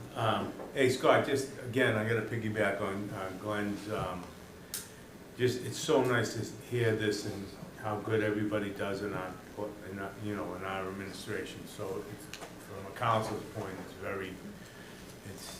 it's exciting. But I did remember what you said last year about how there's not too many CPAs going into the trade anymore. And I have a nephew that is graduating from Bentley, a great nephew actually, next year. He's a junior, he'll be a senior next year. And I went to him and I said, geez, our auditor said there's not that many people getting into that field. And years ago, everybody, everybody did taxes, And he said, Uncle Robert, he goes, it's totally right. He goes, I'm only a junior, and I have so many job offerings now at all 6 figures, all 6 figures, and they're dying for me to go there. You don't hear that from people coming out of college anymore. That's all I'm gonna say. So I didn't believe you last year, but I gotta tell you, I do believe you now. So There's only so much fun you can do with numbers. Other councilors, Councilor Cormier-Ledger. Thank you, Mr. Chairman, and thank you, Scott. I just want to, for those watching and for those in chambers and for those that are gonna do the recap video, this right here is the proof that you've been asking for, that we are a well-managed town. Our numbers speak for themselves. We may not always have enough money to do all of the wonderful things that we want to do, but we do well with the money that we have. No management letter from this accounting firm means that there were no errors found. There were no recommendations that they're making to us to do anything different. And the money that we're putting into OPEB and we're putting into sustainability accounts is why we have the AAA bond rating. These are all critical, critical things that maybe other communities don't do. We heard the gentleman say, well, some towns use their free cash and operating to help balance things. Franklin makes that decision not to do that. We use free cash to go into our capital program as a strategic measure, so we're not counting on one-time monies to solve problems. Everybody needs to understand these audits are all available. They're all year after year after year. You can go onto the website, you can scroll through them. If you're really, really, really bored and you want to look at hundreds and hundreds of pages of numbers, you can see that professional people who are not employed by the town look at these numbers. We pay them a great deal of money to do this for us, and they come back and they say, we are doing well.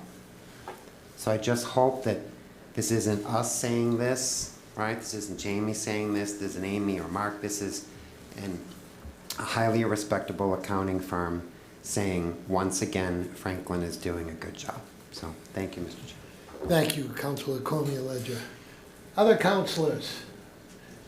Councilor Frangillo. Just piggybacking on that, I give a similar spiel and line of questioning every year on this, but just clarifying what this is and what this isn't.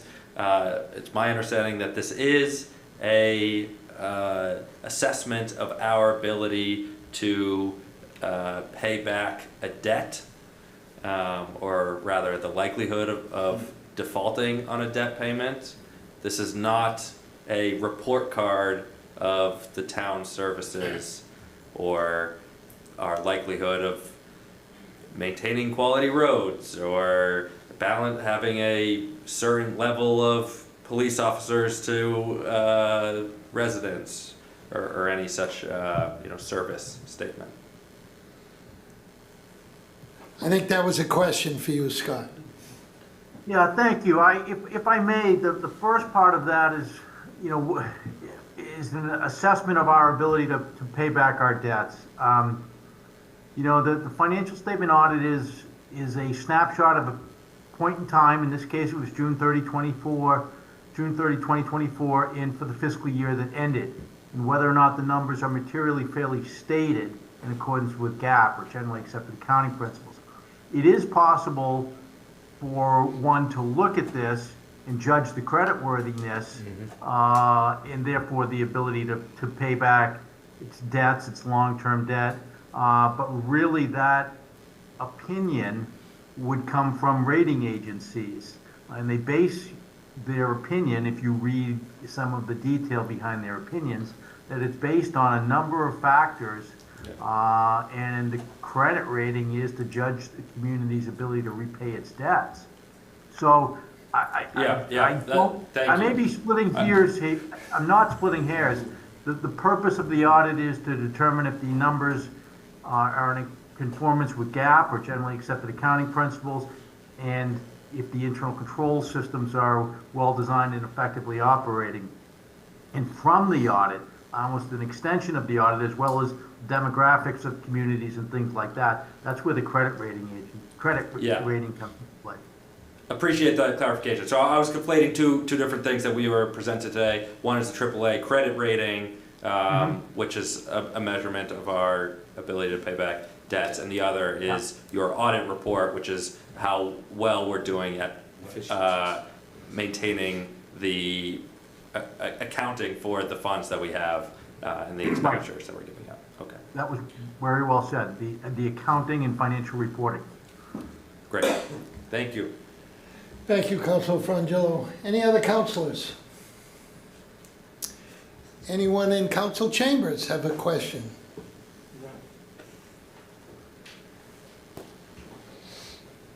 Ken, just name and address. And it's nice to have a finance committee member here this evening. Ken Ojuku, 73 South Street. One comment, two questions. First comment, I have heard a number of times over the past year about concerns around our finances and questions about our need for an audit. I had hoped we'd have more people who have those concerns here to voice them. I'm not seeing that, and so I'm a little disappointed there.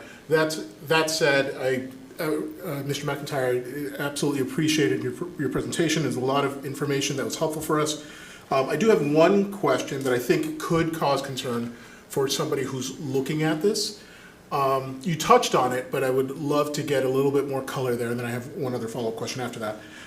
In your financial highlights on slide 6, if you wouldn't mind going to it, the third one speaks to the $7.5 million of an increase that was a result of recognizing fiscal year non-spendable fund balance amount related to a pension contribution made to the balance sheet. Is that, I just would love, sorry, it's at the bottom of slide 6. Sorry, middle of slide 6 in the financial highlights. You're looking at the financial statements and not the single audit? Yes. Okay. Yeah, probably PDF page 12. Sorry, further up. I think that's where you're looking. PDF page 12 is right here. No, that's not it. It's the financial highlights. What page is the? What page? In the financial statements, it's page what? Oh, 6. Yeah, keep going. Yeah, keep going up. Keep going up, Jamie. Yep. One more. It's just always funny because the PDF has a different number than the actual page, right? All right, so right there. It's at the top of the page. Keep going. Right there. That third bullet. At the end of the current fiscal year, unassigned fund balance for the general fund was $17.5 million, an increase of 7.8 in comparison to the prior year. 7.5 of that was a result of recognizing the fiscal year 2023 non-spendable fund balance related to pension contribution. I follow that. I think that can be very confusing. I would appreciate just a quick explanation of why that $7.5 million is not new money that we can spend for anything. Sure, great observation. In probably should have taken a little bit more time when I went through this, what I referred to as a timing issue. Let's step back to June 30, 2023. And this date is going to be within a day or two, so I believe it was on June 29th of 2023, so one day before fiscal year ended. Franklin paid its, as it always does in most communities do, you pay your county pension assessment at the beginning of a fiscal year because you get significant savings when you do that. Again, I believe June 30th fell on a Saturday last year, and so the payment was made on June 29th. That's my birthday. And it was wired out. So it wasn't part of your cash at that point in time. You actually prepaid it. Yep. And GAAP, or generally accepted accounting principles, say, you know, if you got a prepaid asset, that's an asset that's not in a spendable form. It's getting a little technical, but and so as a result, because it's not in a spendable form, it's really not. Accounting principles required you to take $7.5 million out of your unassigned fund balance at June 30, 23, and move it up to not assigned, committed, or restricted, but non-spendable. So had you wired that money out on July 1, this transaction, this requirement to put $7.5 million in a non-spendable fund balance wouldn't have occurred. And that's what you did in fiscal year 24. So there is, if you look on paper, a $7.5 million increase. But if you read the components of MD&A, both in the prior year and the current year, it's well laid out for the reader that the overall on paper increase of $7.5 million is really just because of a one-day timing issue. Does that help? Yeah, sir? no, that's helpful. I just thought it'd be worth providing that additional color, so I appreciate that. My one other question is just, it goes back to this question, to the concern around audits. The responses I have heard often have been, we do a financial audit every single year. One question that I think has come up a couple of times is an ask or request for I believe it was a forensic audit, if I'm remembering correctly. I'd appreciate your thoughts on when a forensic audit would be necessary. Like, what's the point of that? Like, when would we want to do something like that? And why? I get this question a fair amount, and I have several phone calls a year about potential forensic audits. But in my opinion, the answer to your question is, when would you consider this? Is you would consider it if you thought there was an irregularity, if you thought there was waste or abuse, and things like that. That could trigger people to want to do a forensic audit, to look not just as to whether or not the amounts are reported in accordance with generally accepted accounting principles, but to go through almost transaction by transaction to achieve a certain end result that's desired. Forensic audits come in all different shapes and sizes.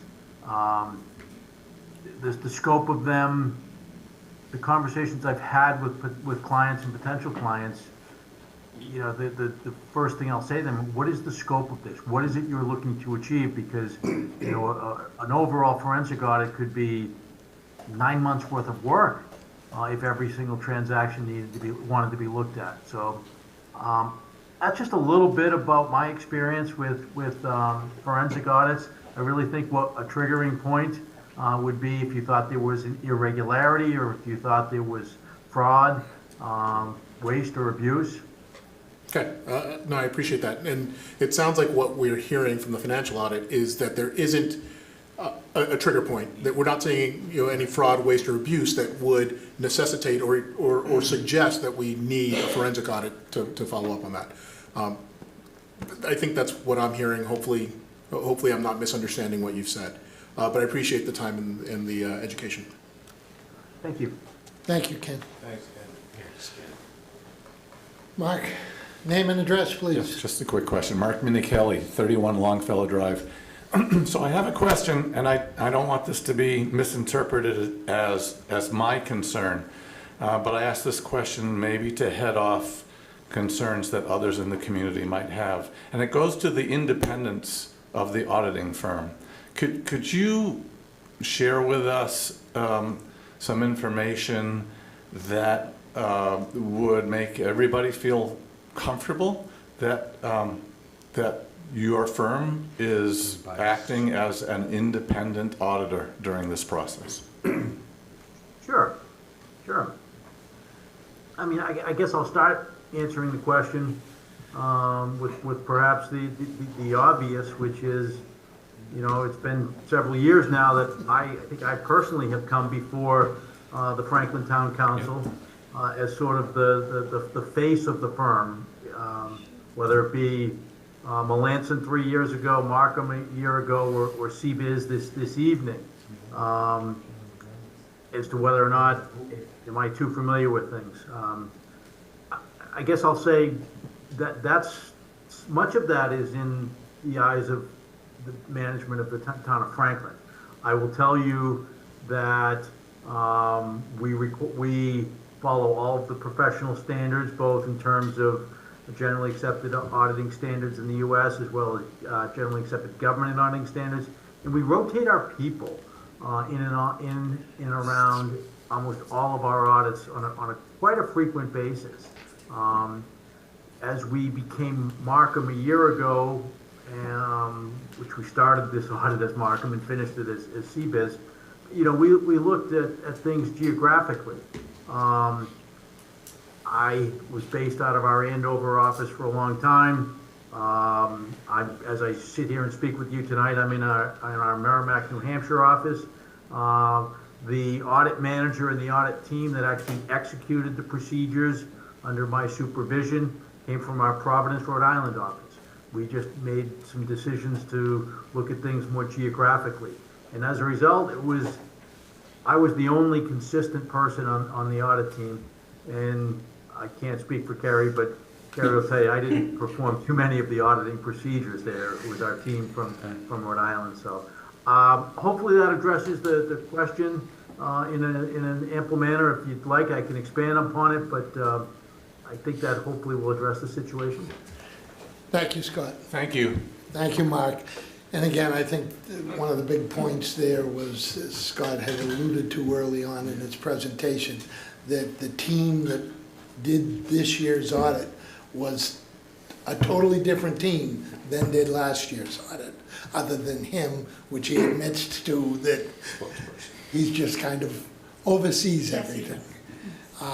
Well, if I may, Mr. Chairman, yes, I do oversee it, but as is outlined in the engagement, I review all the work papers, and I am the individual who actually, I sign it as CBiz, but I am the actual person who signs the audit report. I just thought it was appropriate to clarify that. I understood, Scott. Nobody could have given that presentation without diving deep into it to begin with. Thank you. Any other counselors? Anybody else in the audience have a question? Anyone out in Zoom land? Jamie, you got your 30, well, maybe I'll give you a little more. Thanks, Tom. Jamie. I appreciate it. I think, you know, with Scott on the call and due to this couple of questions that we got, I thought this would be an opportune time. As everybody knows, we had to go out and get a new bond rating just recently.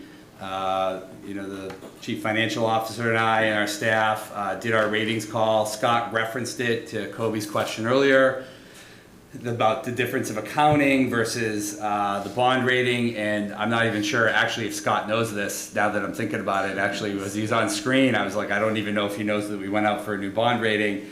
But to his point, it was almost like he knew. But the good news is for the community, and people should be really excited. As of yesterday, May 6, 2025, the town has maintained for its third time its AAA bond rating. So we should be really excited.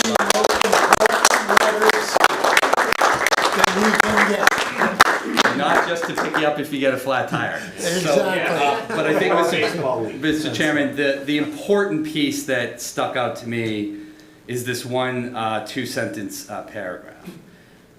This is from S&P Global. So for people that, I think to Councilor Cormier-Ledger's comments earlier, and maybe a few others, this is truly independence as well. This is a whole nother level of people that we've never met before, we don't know. They look at all of our financial profile completely independently. Carrie has not slept in a month. She has to provide documentation upon documentation for a bond rating. But this is something the community should be exceptionally proud of. The AAA rating reflects Franklin's affluent and diverse tax base and strong financial management, both of which have helped fuel a track record of strong financial performance and the maintenance of steady reserves. In our view, management will likely continue its cautious budgeting practices, making expenditure adjustments as necessary to maintain positive operations despite revenue-raising limitations and ongoing cost pressures. Perfect. As a community, I would sit here today and say, after working here for a long time, and I know Mr. Nutting, I wish he would have stayed actually. Yeah. You know, you truly, in my view, and in our world of town management, and I think the superintendent would say the same thing, you know, it's pretty hard to get a credit rating of this magnitude. It affects maybe about a quarter of the municipalities in Massachusetts. So we're in that 25%. And by the way, just think about how many communities in Massachusetts are very, very affluent and would easily get a AAA rating. Concord, Lexington, Dover, Weston, you just name all the communities. We are in that league. And that is something that the community of Franklin, the residents, should be exceptionally proud of. And I agree with you, Mr. Chairman, and it's great, truly, to have your support in particular, and I know everybody else's. This is really one of those things that is the most important things to this community. And I know a lot of people don't, you know, it's kind of, you know, people don't always understand it, or it's a quick announcement. But to have that on May 6, 2025, 5 years after a global pandemic, with all of the federal stimulus funds and all of the disruption and changes and cuts and everything, to be sitting here today and not have a downgrade and have a AAA, everybody should be really proud. And I do want to make sure I acknowledge, you know, truly the finance committee, all of you on the town council, the school committee, none of us can do this without you guys supporting all of us and raising your hands during budget season. Everything you do is added in here and that is reflected in the AAA report. I also would say to Scott's presentation about internal controls, which is why it was kind of serendipitous that he was here when this came in. This is also a team effort on the staff. I mean, sure, Carrie, the staff do a great job. You know, Amy and I manage a certain portion of it. This is also about Kathy Morad. This is about, in the DPW, this is about Laura Graver in the police department. This is about dozens of employees throughout our organization, the school business administration, the school finance office as well, the school and town HR offices. It's about the facilities department, Karen Tulloch. Those are the people that are actually executing the internal controls on an hour-to-hour, day-by-day basis. So this is really reflective of an enormous team effort from all the elected officials to all of the staff, the management, and throughout the entire organization. So I hope everybody has another round of applause and really congratulations.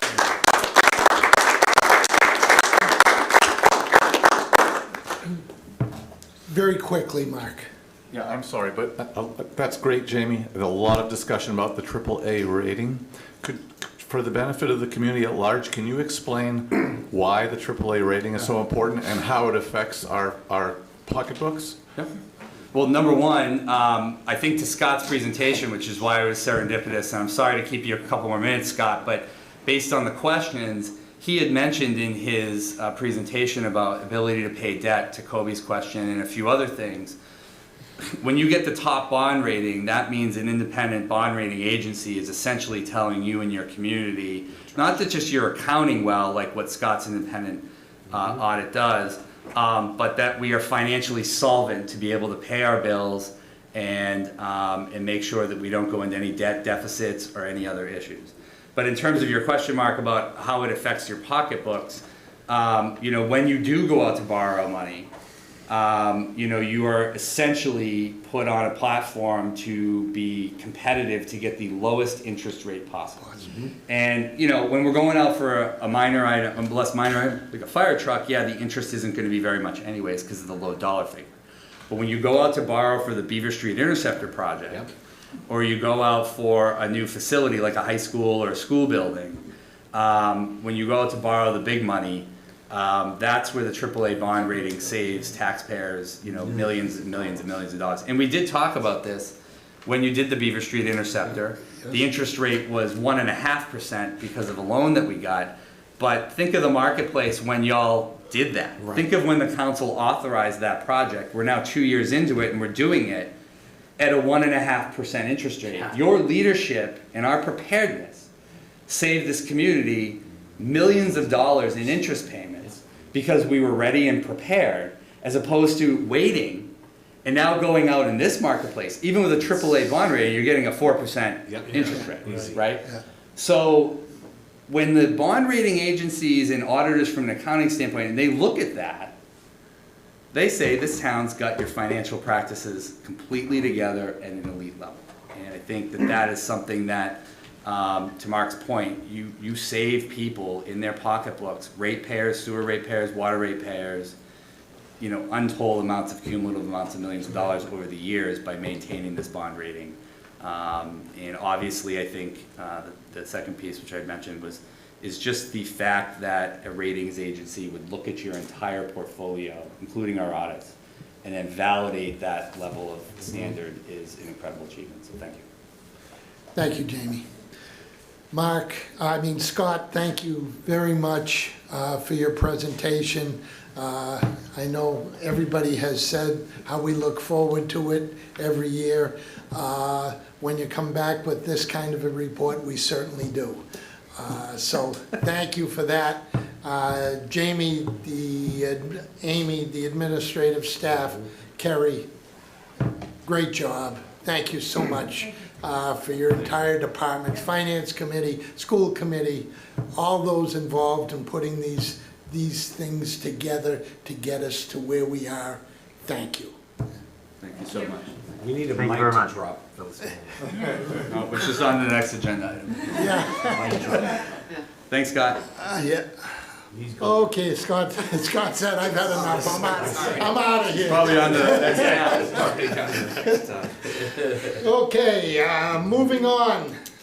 Next item on the agenda is legislation for action. Zoning bylaw amendment 25-935, a zoning bylaw to amend chapter 185, section 24, floodplain district. First reading, clerk will read the bylaw amendment. Thank you, Mr. Chairman. This is zoning bylaw amendment 25-935, a zoning bylaw amendment to the Code of Town of Franklin in chapter 185, section 24, floodplain district. Motion to waive the reading. Second. Motion and second to waive the reading. All those in favor signify by saying aye. Aye. Opposed? Motion carries. Thank you. Move zoning bylaw amendment 25-935 to a second reading. Second. Motion and a second. Discussion. We did have a public hearing on it, so is there any other questions?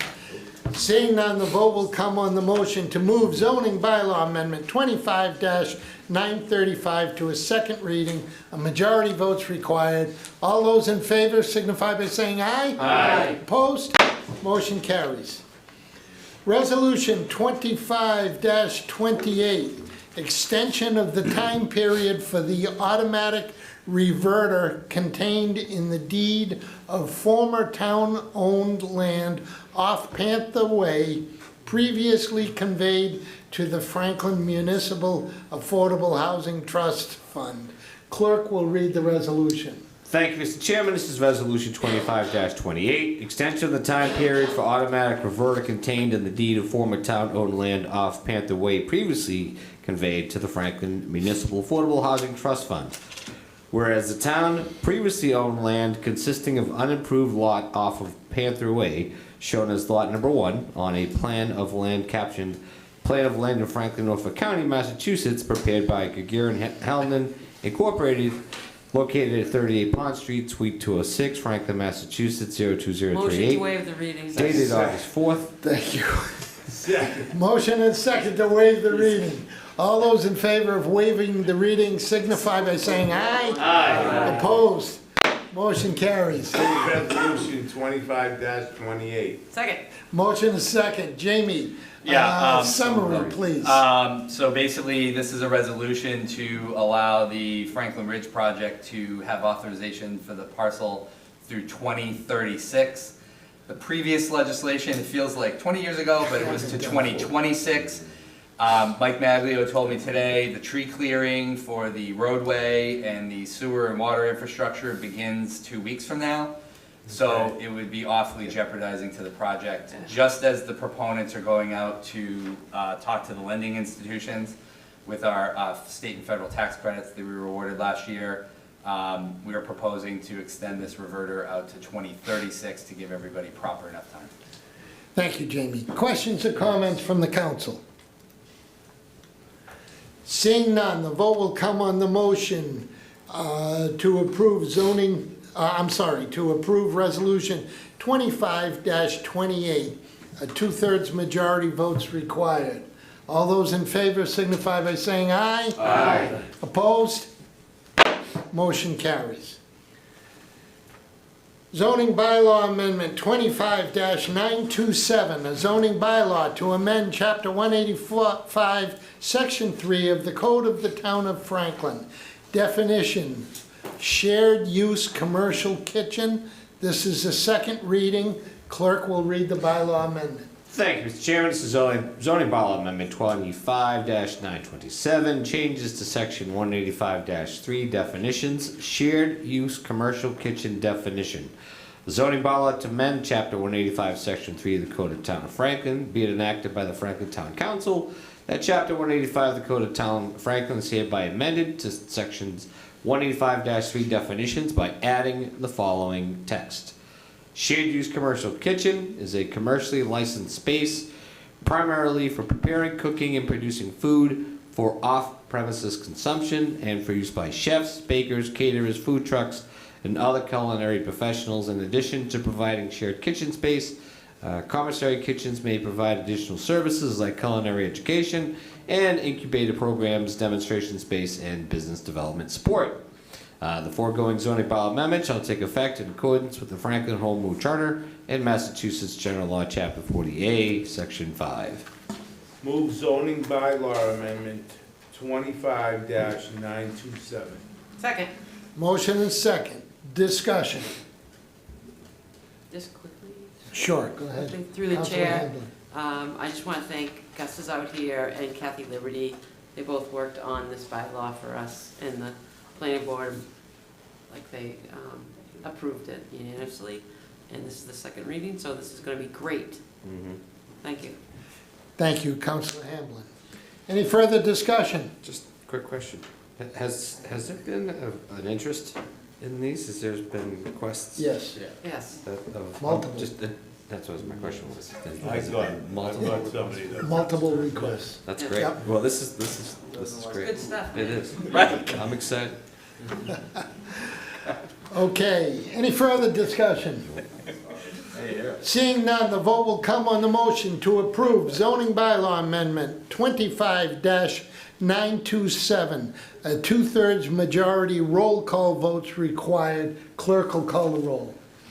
Be happy to, Mr. Chairman. Cormier Ledger. Yes. Sheridan. Yes. Chandler. Yes. Angelo. Yes. Pellegrini. Yes. Hamblin. Yes. Jones, yes. Vice Chair. Yes. Chair. Yes. 9-0, sir. Motion carries. Zoning bylaw amendment 25-928. A zoning bylaw to amend chapter 185, attachment 3, use regulation schedule, part 2, principal uses, shared use, commercial kitchen. Second reading. Clerk will read the bylaw amendment. This is 25-928, correct? 928, yes.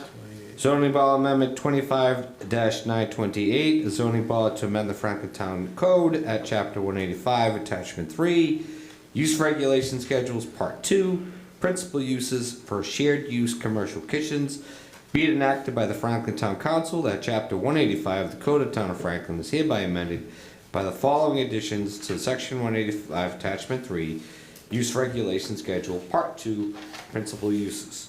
So under 185 attachment 3, use regulation schedule part 2, under, I have to go all the way to the end for this one. Thank you, 2.27.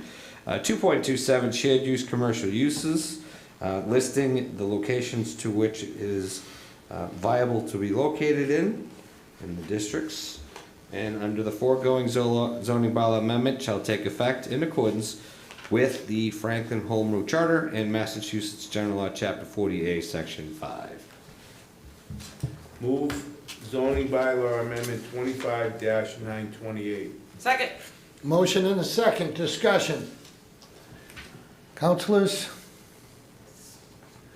Councilor Hamblin? Same, thank you for the Yeah. chair, same thank yous, same Okay. people. Yep. Thank you, Councilor Hamblin. Seeing no further discussion, the vote will come on the motion to approve zoning bylaw amendment 25-928.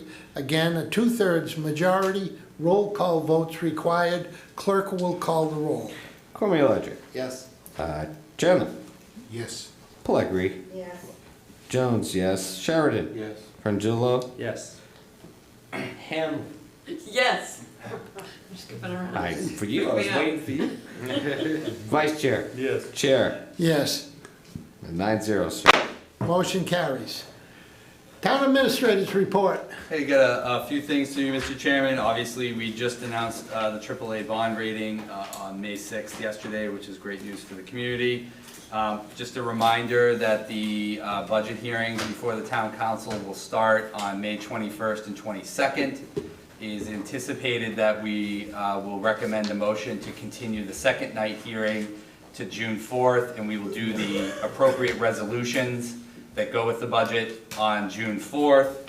I would also note I do want to acknowledge Janet Cullen's comment earlier. I will do my best, if questions come up, to speak to the issue of how development affects the budget and how the two are obviously, everything financially in Franklin are interrelated, right? I mean, what the assessors do, what everybody does is somewhere related. But I do think there is this impression that overdevelopment has caused our budget problem. That is completely 100% false.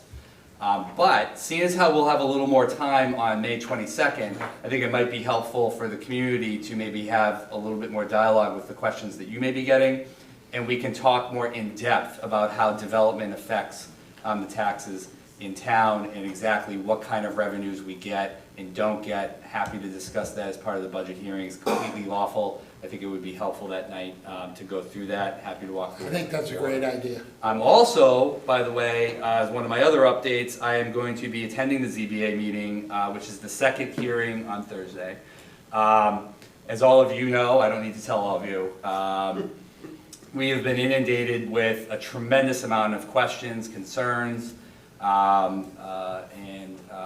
and quite frankly, I would say almost 90% of what I read and talk to every day with residents, where I spend probably a quarter to half of my day every day dealing with information on Stovarts.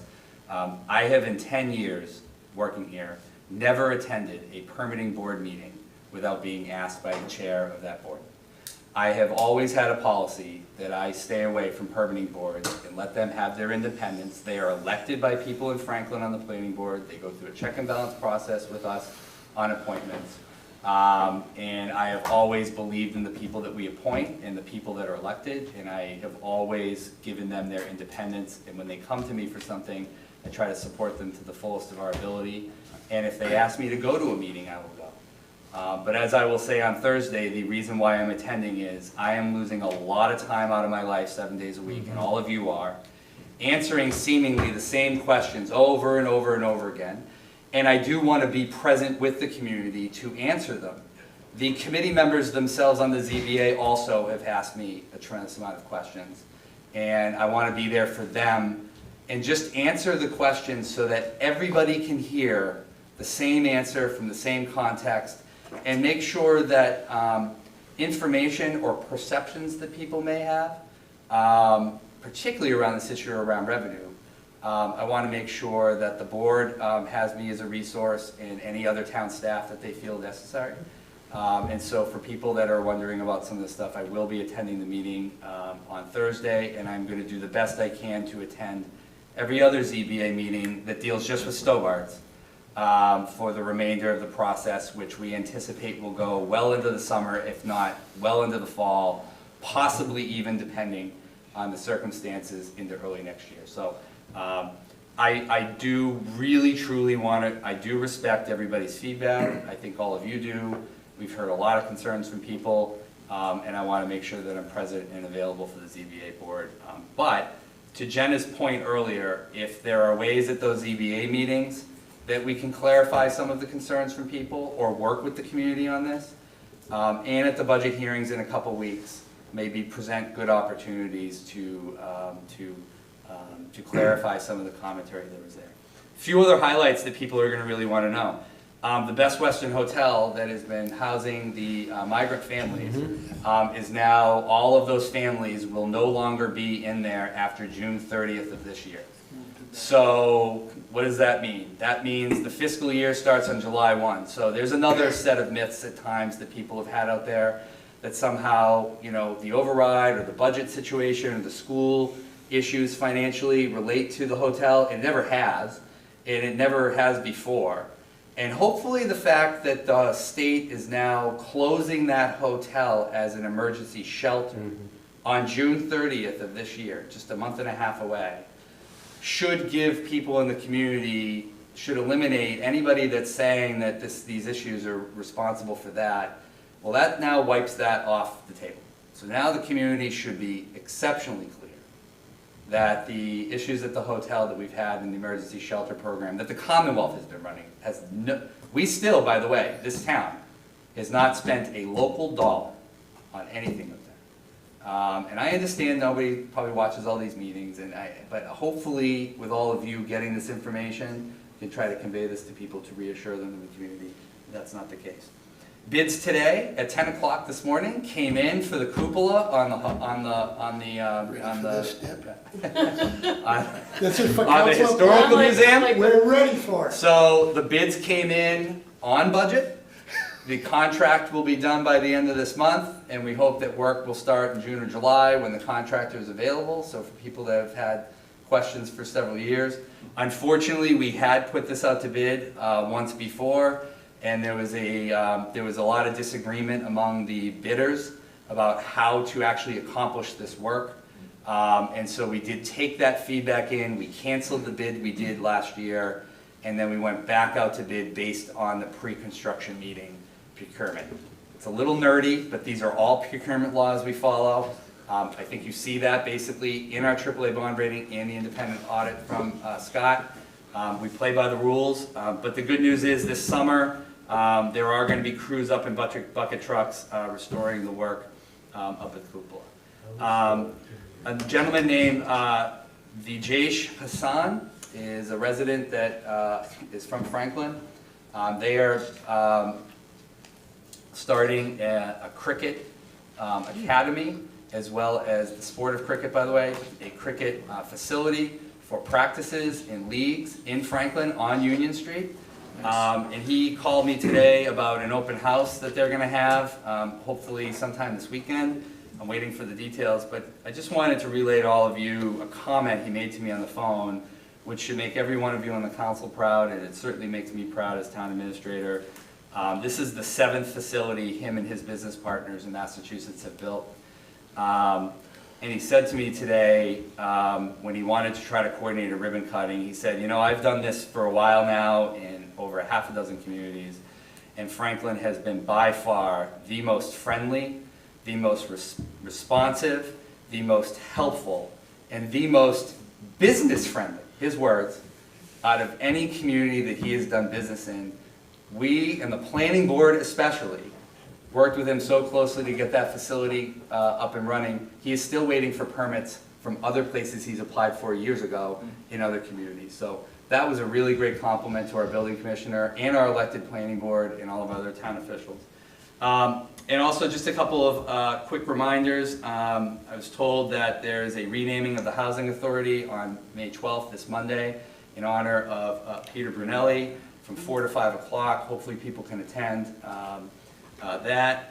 There will be a ribbon cutting at the Senior Center on May 15th at 10 a.m. to unveil the new pavilion as well as the van. And the amazing work, our Director of Arts and Culture in the Creative Economy. There are now an entire new set of sculptures and down at the sculpture park. The loop is a half mile, so if you're looking to get in your iPhone rings, it just takes a few loops to get in your 30-minute walk and your steps every day. The DPW, huge shout out to them, huge, for cleaning out all of the brush throughout the whole park and cleaning out some of the old structures that were rotten. And thank you to Corey for organizing a whole series of new sculptures and public art installations. And finally, to end on a really fun note, Porch Fest, as many of you know, has been scheduled for June 7th. Corey has come up with an amazing idea to have local artists have been selected to make cornhole boards. So for those of you that love cornhole, there will be a competition on that will be presented at Porch Fest. Spring hasn't totally felt like it's here yet, but when you talk about Porch Fest, it does feel like spring. So hopefully people will take advantage of those opportunities and appreciate everybody's attention to my updates. So thank you very much, Mr. Chairman. Thank you, Jenny. I do have a quick question, Councilor I Blake. had a question about the cupola. They will be giving us notice because there are events going on at the museum. So we'll have to know when, if they're gonna have bucket trucks and everything else, around here. Yeah. I don't think we will, but we will definitely let people know when the start of the project is. Like I said, we just got the bids in today. I would expect the contract done by June, and then it's about scheduling the work crews. But we'll let people know. I don't think it's actually, but I mean the museum yeah. people. Well, Rowan will know, Alan will know, I mean, the Historical Commission will know, but I don't think it's going to prevent any of the programming from having to be delayed. I hope not. I hope not, but we will Rowan will certainly let people know at the museum when the work starts. I have another question about something, this corner. Should I do it now? No, do it under Councilor comments, please. Or can we get an answer at council comments? Yeah, I'll let him answer. Okay. Subcommittee reports, I don't believe we've had any other than Catherine, no. Okay, future agenda items. Councilor Sheridan. Can we look into what Mark suggested about housing bill? I think we had suggested, Right. yeah, at the July meeting, I think At it's the tentatively July- already on there. Yep.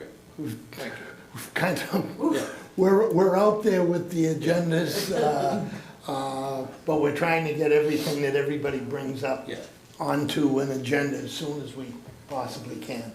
Councilor Frangillo? Echo that, nothing further. Yeah. Councilor Hamblin? Nothing at this time. Councilor Cormier Ledger? Nothing at this time, sir. Councilor Chandler?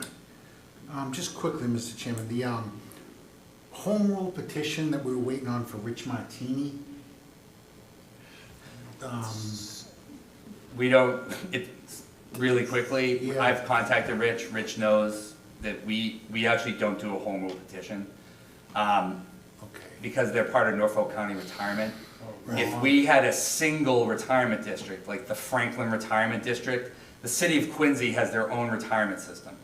So when they did a home rule in Quincy, Quincy had to vote to request it of the legislature. But because we're part of Norfolk County, I confirmed with the executive director at the county that the home rule does not come from the town of Franklin.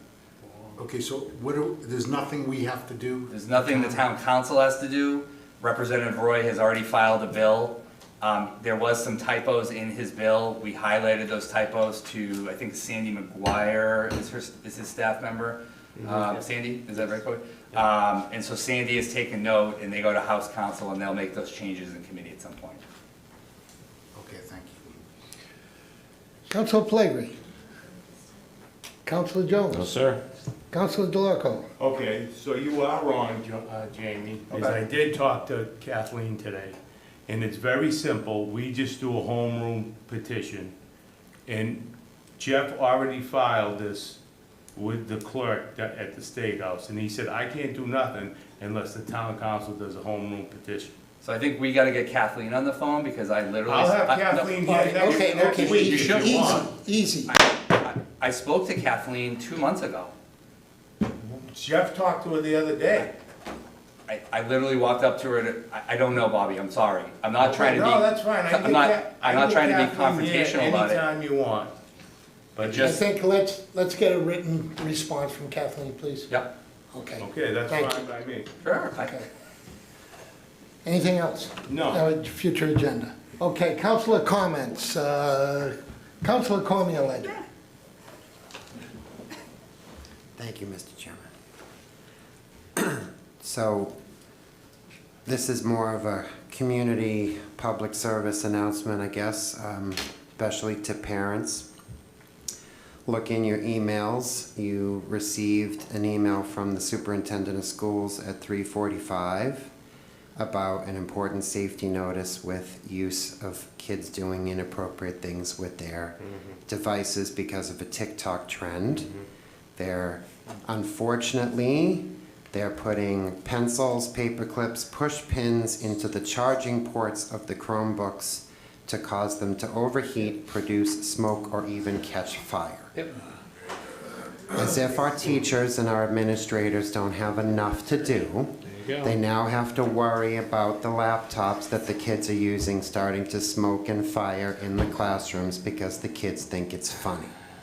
There's nothing funny about this. The superintendent was very clear in his email to parents to please talk to your kids about this.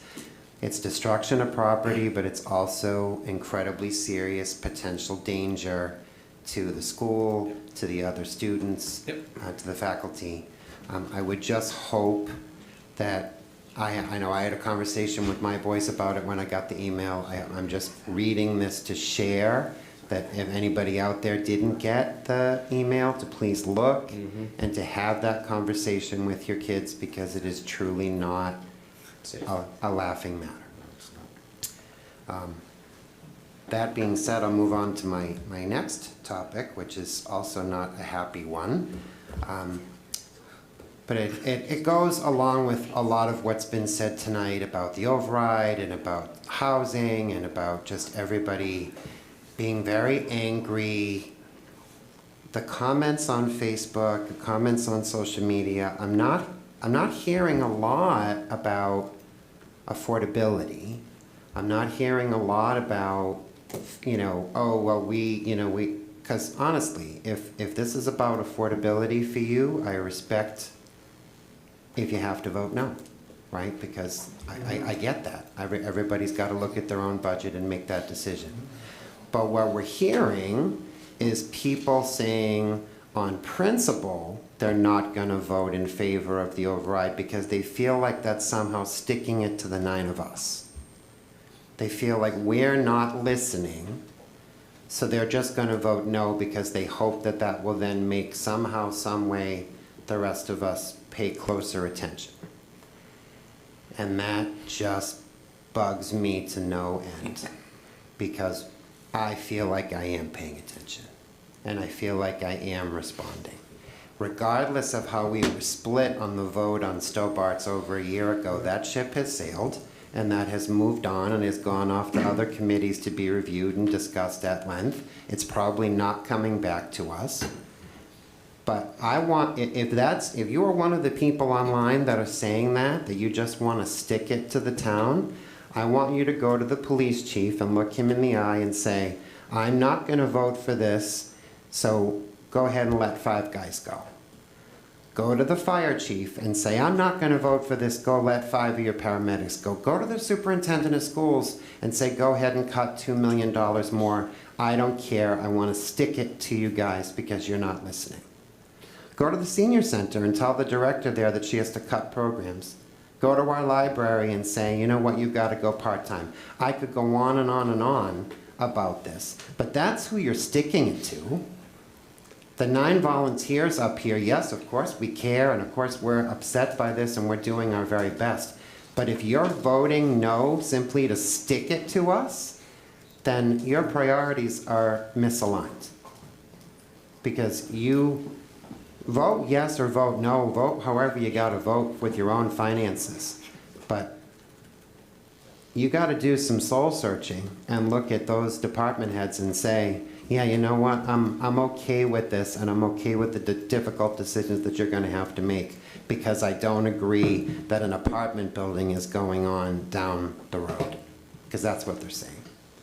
So Thank you, Mr. Chairman. Thank you, Councilor Cormier-Ledger. Councilor Chandler, Hi, Mr. Chairman. good evening. Good evening. First of all, let's go back to citizens' comments. Jane, I think you'd be a great addition if and when we do a parliamentary committee. It could be 2 years away at this point, but you would make a good addition. Obviously, we're gonna welcome Tyler, the new police officer, and we were very lucky with Nick Palmieri. I got to work with him for maybe 2 years before I left, and he is wicked smart. He is, he really is, so that was a tough one to lose. And lastly, I'll just throw my 2 cents in on the override. I think at this point, it's gonna be tough to change anybody's mind. Yeah. I honestly believe that, but, you know, just everybody keep out there giving the information, and hopefully it's all correct information, because that's all someone like you might be asking, correct information. And lastly, Jamie, good luck at the ZBA board. Hopefully we get some good answers there too. Thank you, Mr. Chairman. Thank you, Councilor Chandler. Councilor Plegri. Thank you, Mr. Chairman. I'm glad that it was mentioned tonight about it taking months now for the decision to actually be made for the ZBA. Because I think that many people thought it was going to be tomorrow night. So I'm glad that you said that it wasn't, okay? That it can go on, and we'll see what happens. I wanted to know about the Best Western Hotel, and it's going to be emptied by the end of June, you said? Yep. What happens to those people? I don't know. It's not our responsibility. No, but I We- think it's our caring of people, you know, what happens to them? They're not Well- going to just put out on the street, I hope. I'm just being honest with you and transparent. I've had almost no communication from the state in a year. I get 1 or 2 emails a year now. It's been 2 years.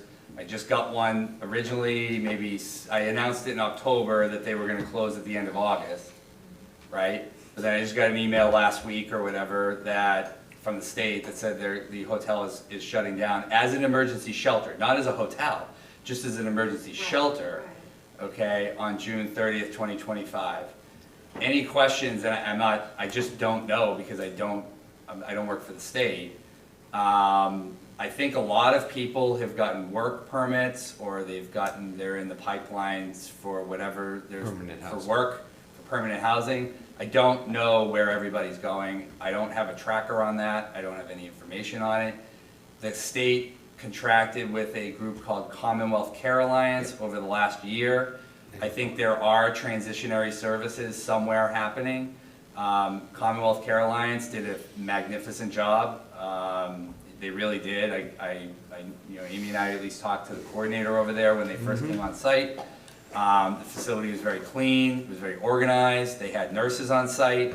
They had ESL services, a whole variety of stuff there. But at some point, this just is not our jurisdiction, and I don't think the state would even answer my questions if I asked them these things. So I hope I answered that. I wish I could give people a precise answer, and I appreciate your compassion for those individuals, Councilor Plegri. From what I've heard, I think there has been some transitions already happening now. I don't think it's full right now. I think people, Best Western is. right, I think people have already transitioned out, some, not all. Yeah. But this has been going on, and the state has been working with the people. But to answer your question emphatically, that's a state. I don't want to see people just homeless now or on the street, living in the woods, that in Franklin. I mean, because our community is not that type of a community. So I do want to know what the state is doing for these people. Maybe there's 5 people, maybe there's 10, maybe there's 50 or more. Who Representative Roy and Senator Rush. Representative Roy. Okay, I will get in touch with Roy and find out and let the rest of us know. Okay? Perfect. I mean, just so that we can see that. Now, naming of what are they naming at the senior, at the Central Park? Peter Brunelli. No, what are they naming? Oh, I think the facility, I think is it the meeting room? Yeah. I think it's the meeting room there, the main central area where the kitchen is. Okay, I thought that memorializing for names in that came through the council, that there's a chapter in the rules and regulations of the council. It's state property. It's the Commonwealth That's of, state property. Commonwealth of Massachusetts owns that. The housing. The housing authority. It's it's, if you look up on the deed, it's Commonwealth of Massachusetts. It owns, yeah. So that's not a town-owned facility, so it's not subject to the. but We it- didn't make a decision on the ZBA decision, and we're the legislative body. It's the ZBA according to laws, and I understand that. But now, because of this, they're naming it for whomever they choose to name it for without even, bringing it before us for a recommendation or anything. And I just don't think that's right. I think, if I'm not mistaken, I think Jeff Roy did. I think he's the one that got everything to go through. This is another one. I know it's stunning to know. I have not been a part of this. Friends with Peter. I don't know anything about it. I just know it's state law, it's state land, therefore you don't have care, custody, and control of it as a council. Therefore, they would never come to you and ask you the opinion, because they're gonna name it after whoever they wanna name it. Right. That's just the reality, Just because it's out of state courtesy, property. you think the group there would check with, not check with, and I should. Well, then you use should that talk word. to the chair of the Just house. let us know what's going on. I think We they can- deserve that. You should talk to They George called you? Danello. They called me. George Danello. Judge Danello called me. Talk to George. When did you become chairman? He should have been called. What? No, he just asked me to come, I have to speak at it. You have to speak it up? Yeah, I was a good friend of Peter's. Yeah, well, that's fine. But I mean, I think the answer, the question you have, the answer we need to get is from Jeff Roy. okay. Okay. I can understand that. All right. And I'll ask the same question, so that we get the answer. Okay, I think that's it. Thank you very much. You're very welcome. Councilor Sheridan? Congratulations to the police. And I was dealing with the tablet nonsense today. And I think that's it. Thank you, Councilor Sheridan. Councilor Frangillo? Just a reminder that I always find direct conversation more fruitful than online conversation. Had a great meeting with a constituent who had reached out about some of their concerns with Stobarts. I always offer to meet up or jump on a phone call. Happy to continue. Would much rather have a conversation than get fired up based on some online posts. Thanks. Thank you, Councilor Frangillo. Councilor Hamblin? Thank you, Mr. Chairman, through the chair. I would like to agree with Councilor Cormier-Ledger's statements tonight. When you want to stick somebody, you have to make sure that it's not a double-ended stick. And I'm afraid people aren't understanding that it's just going to hurt them if they do something like that. And I'd also like to thank the town administrator for being willing to clarify all the misinformation out there, going to the ZBA meeting. I agree that the second night of the budget hearing would be great to talk about new growth and development.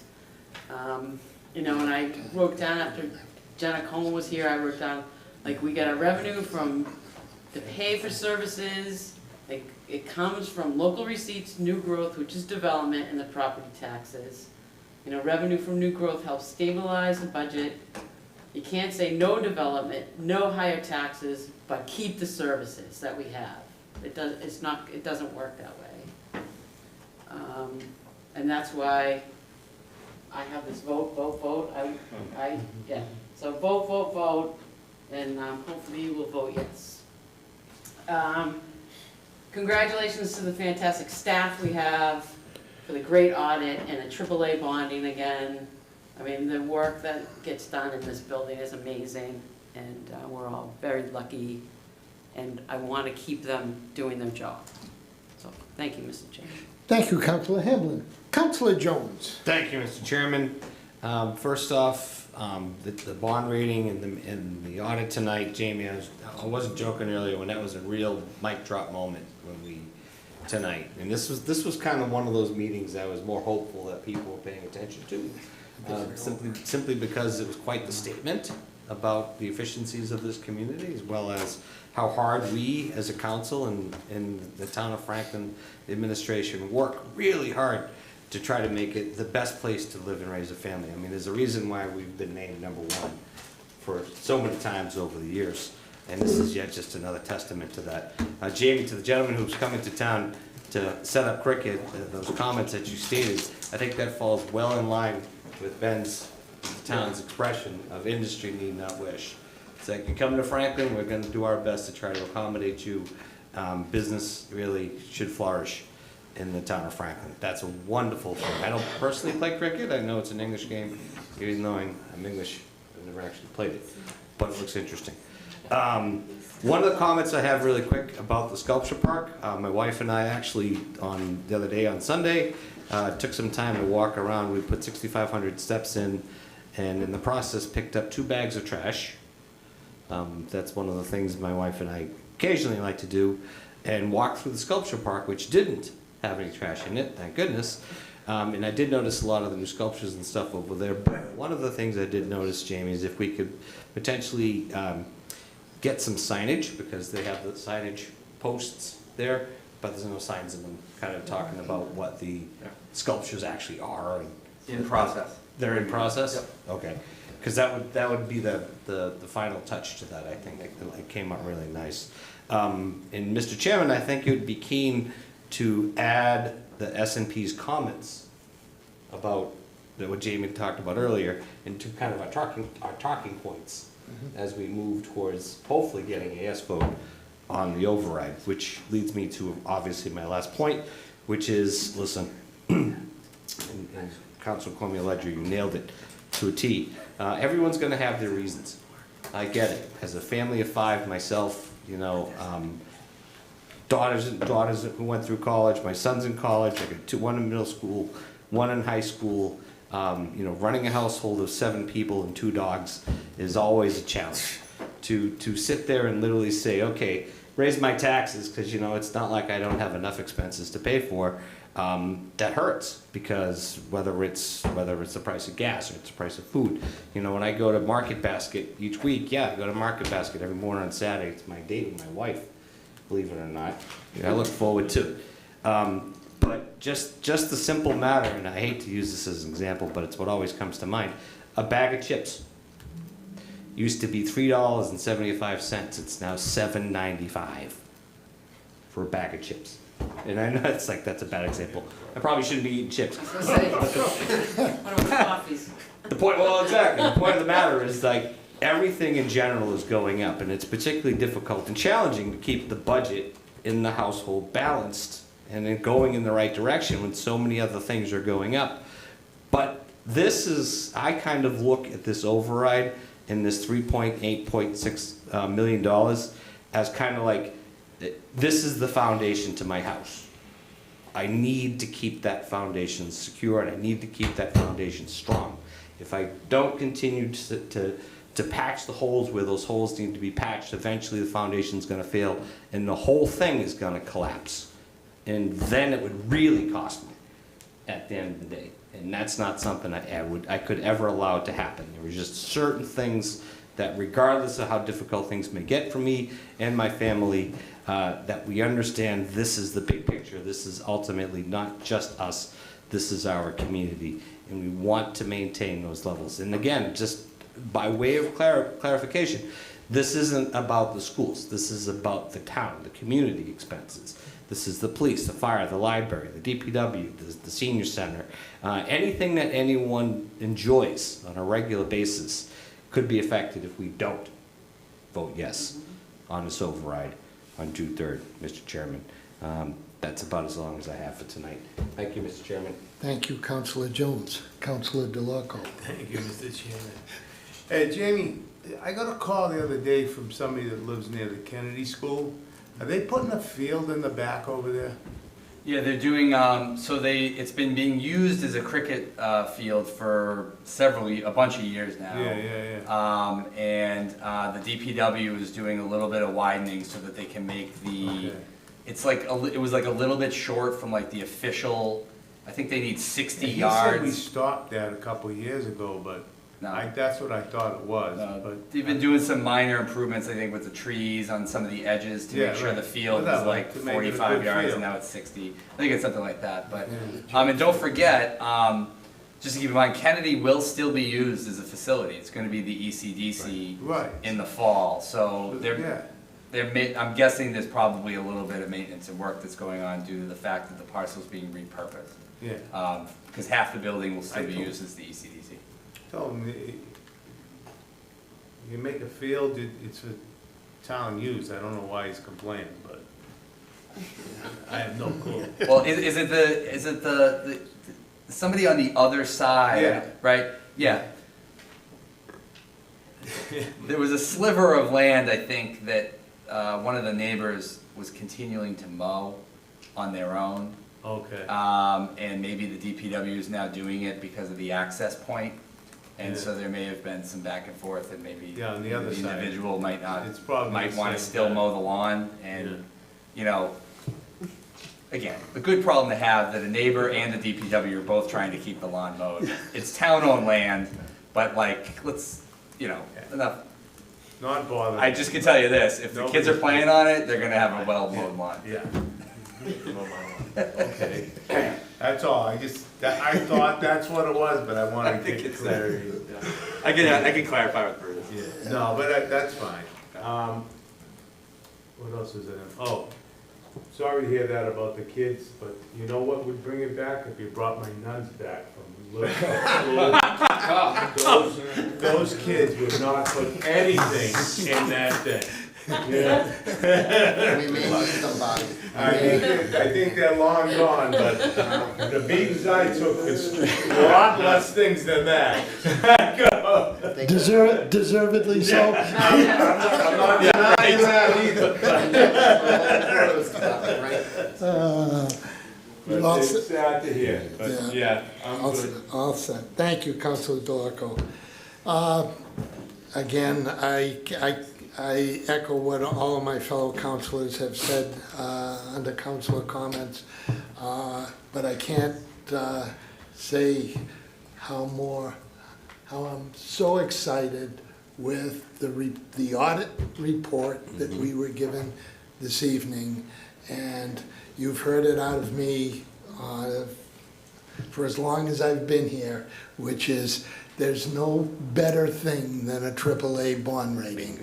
The most important thing that the town can have and continue to have. And I thank the administration, I thank my fellow councilors for keeping our eye on the ball and keeping that bond rating where it belongs. So thank you, everyone, for that. Thanks Scott McIntyre for his report. Jamie, Amy, Mark, the whole administrative staff, our finance team, the second floor.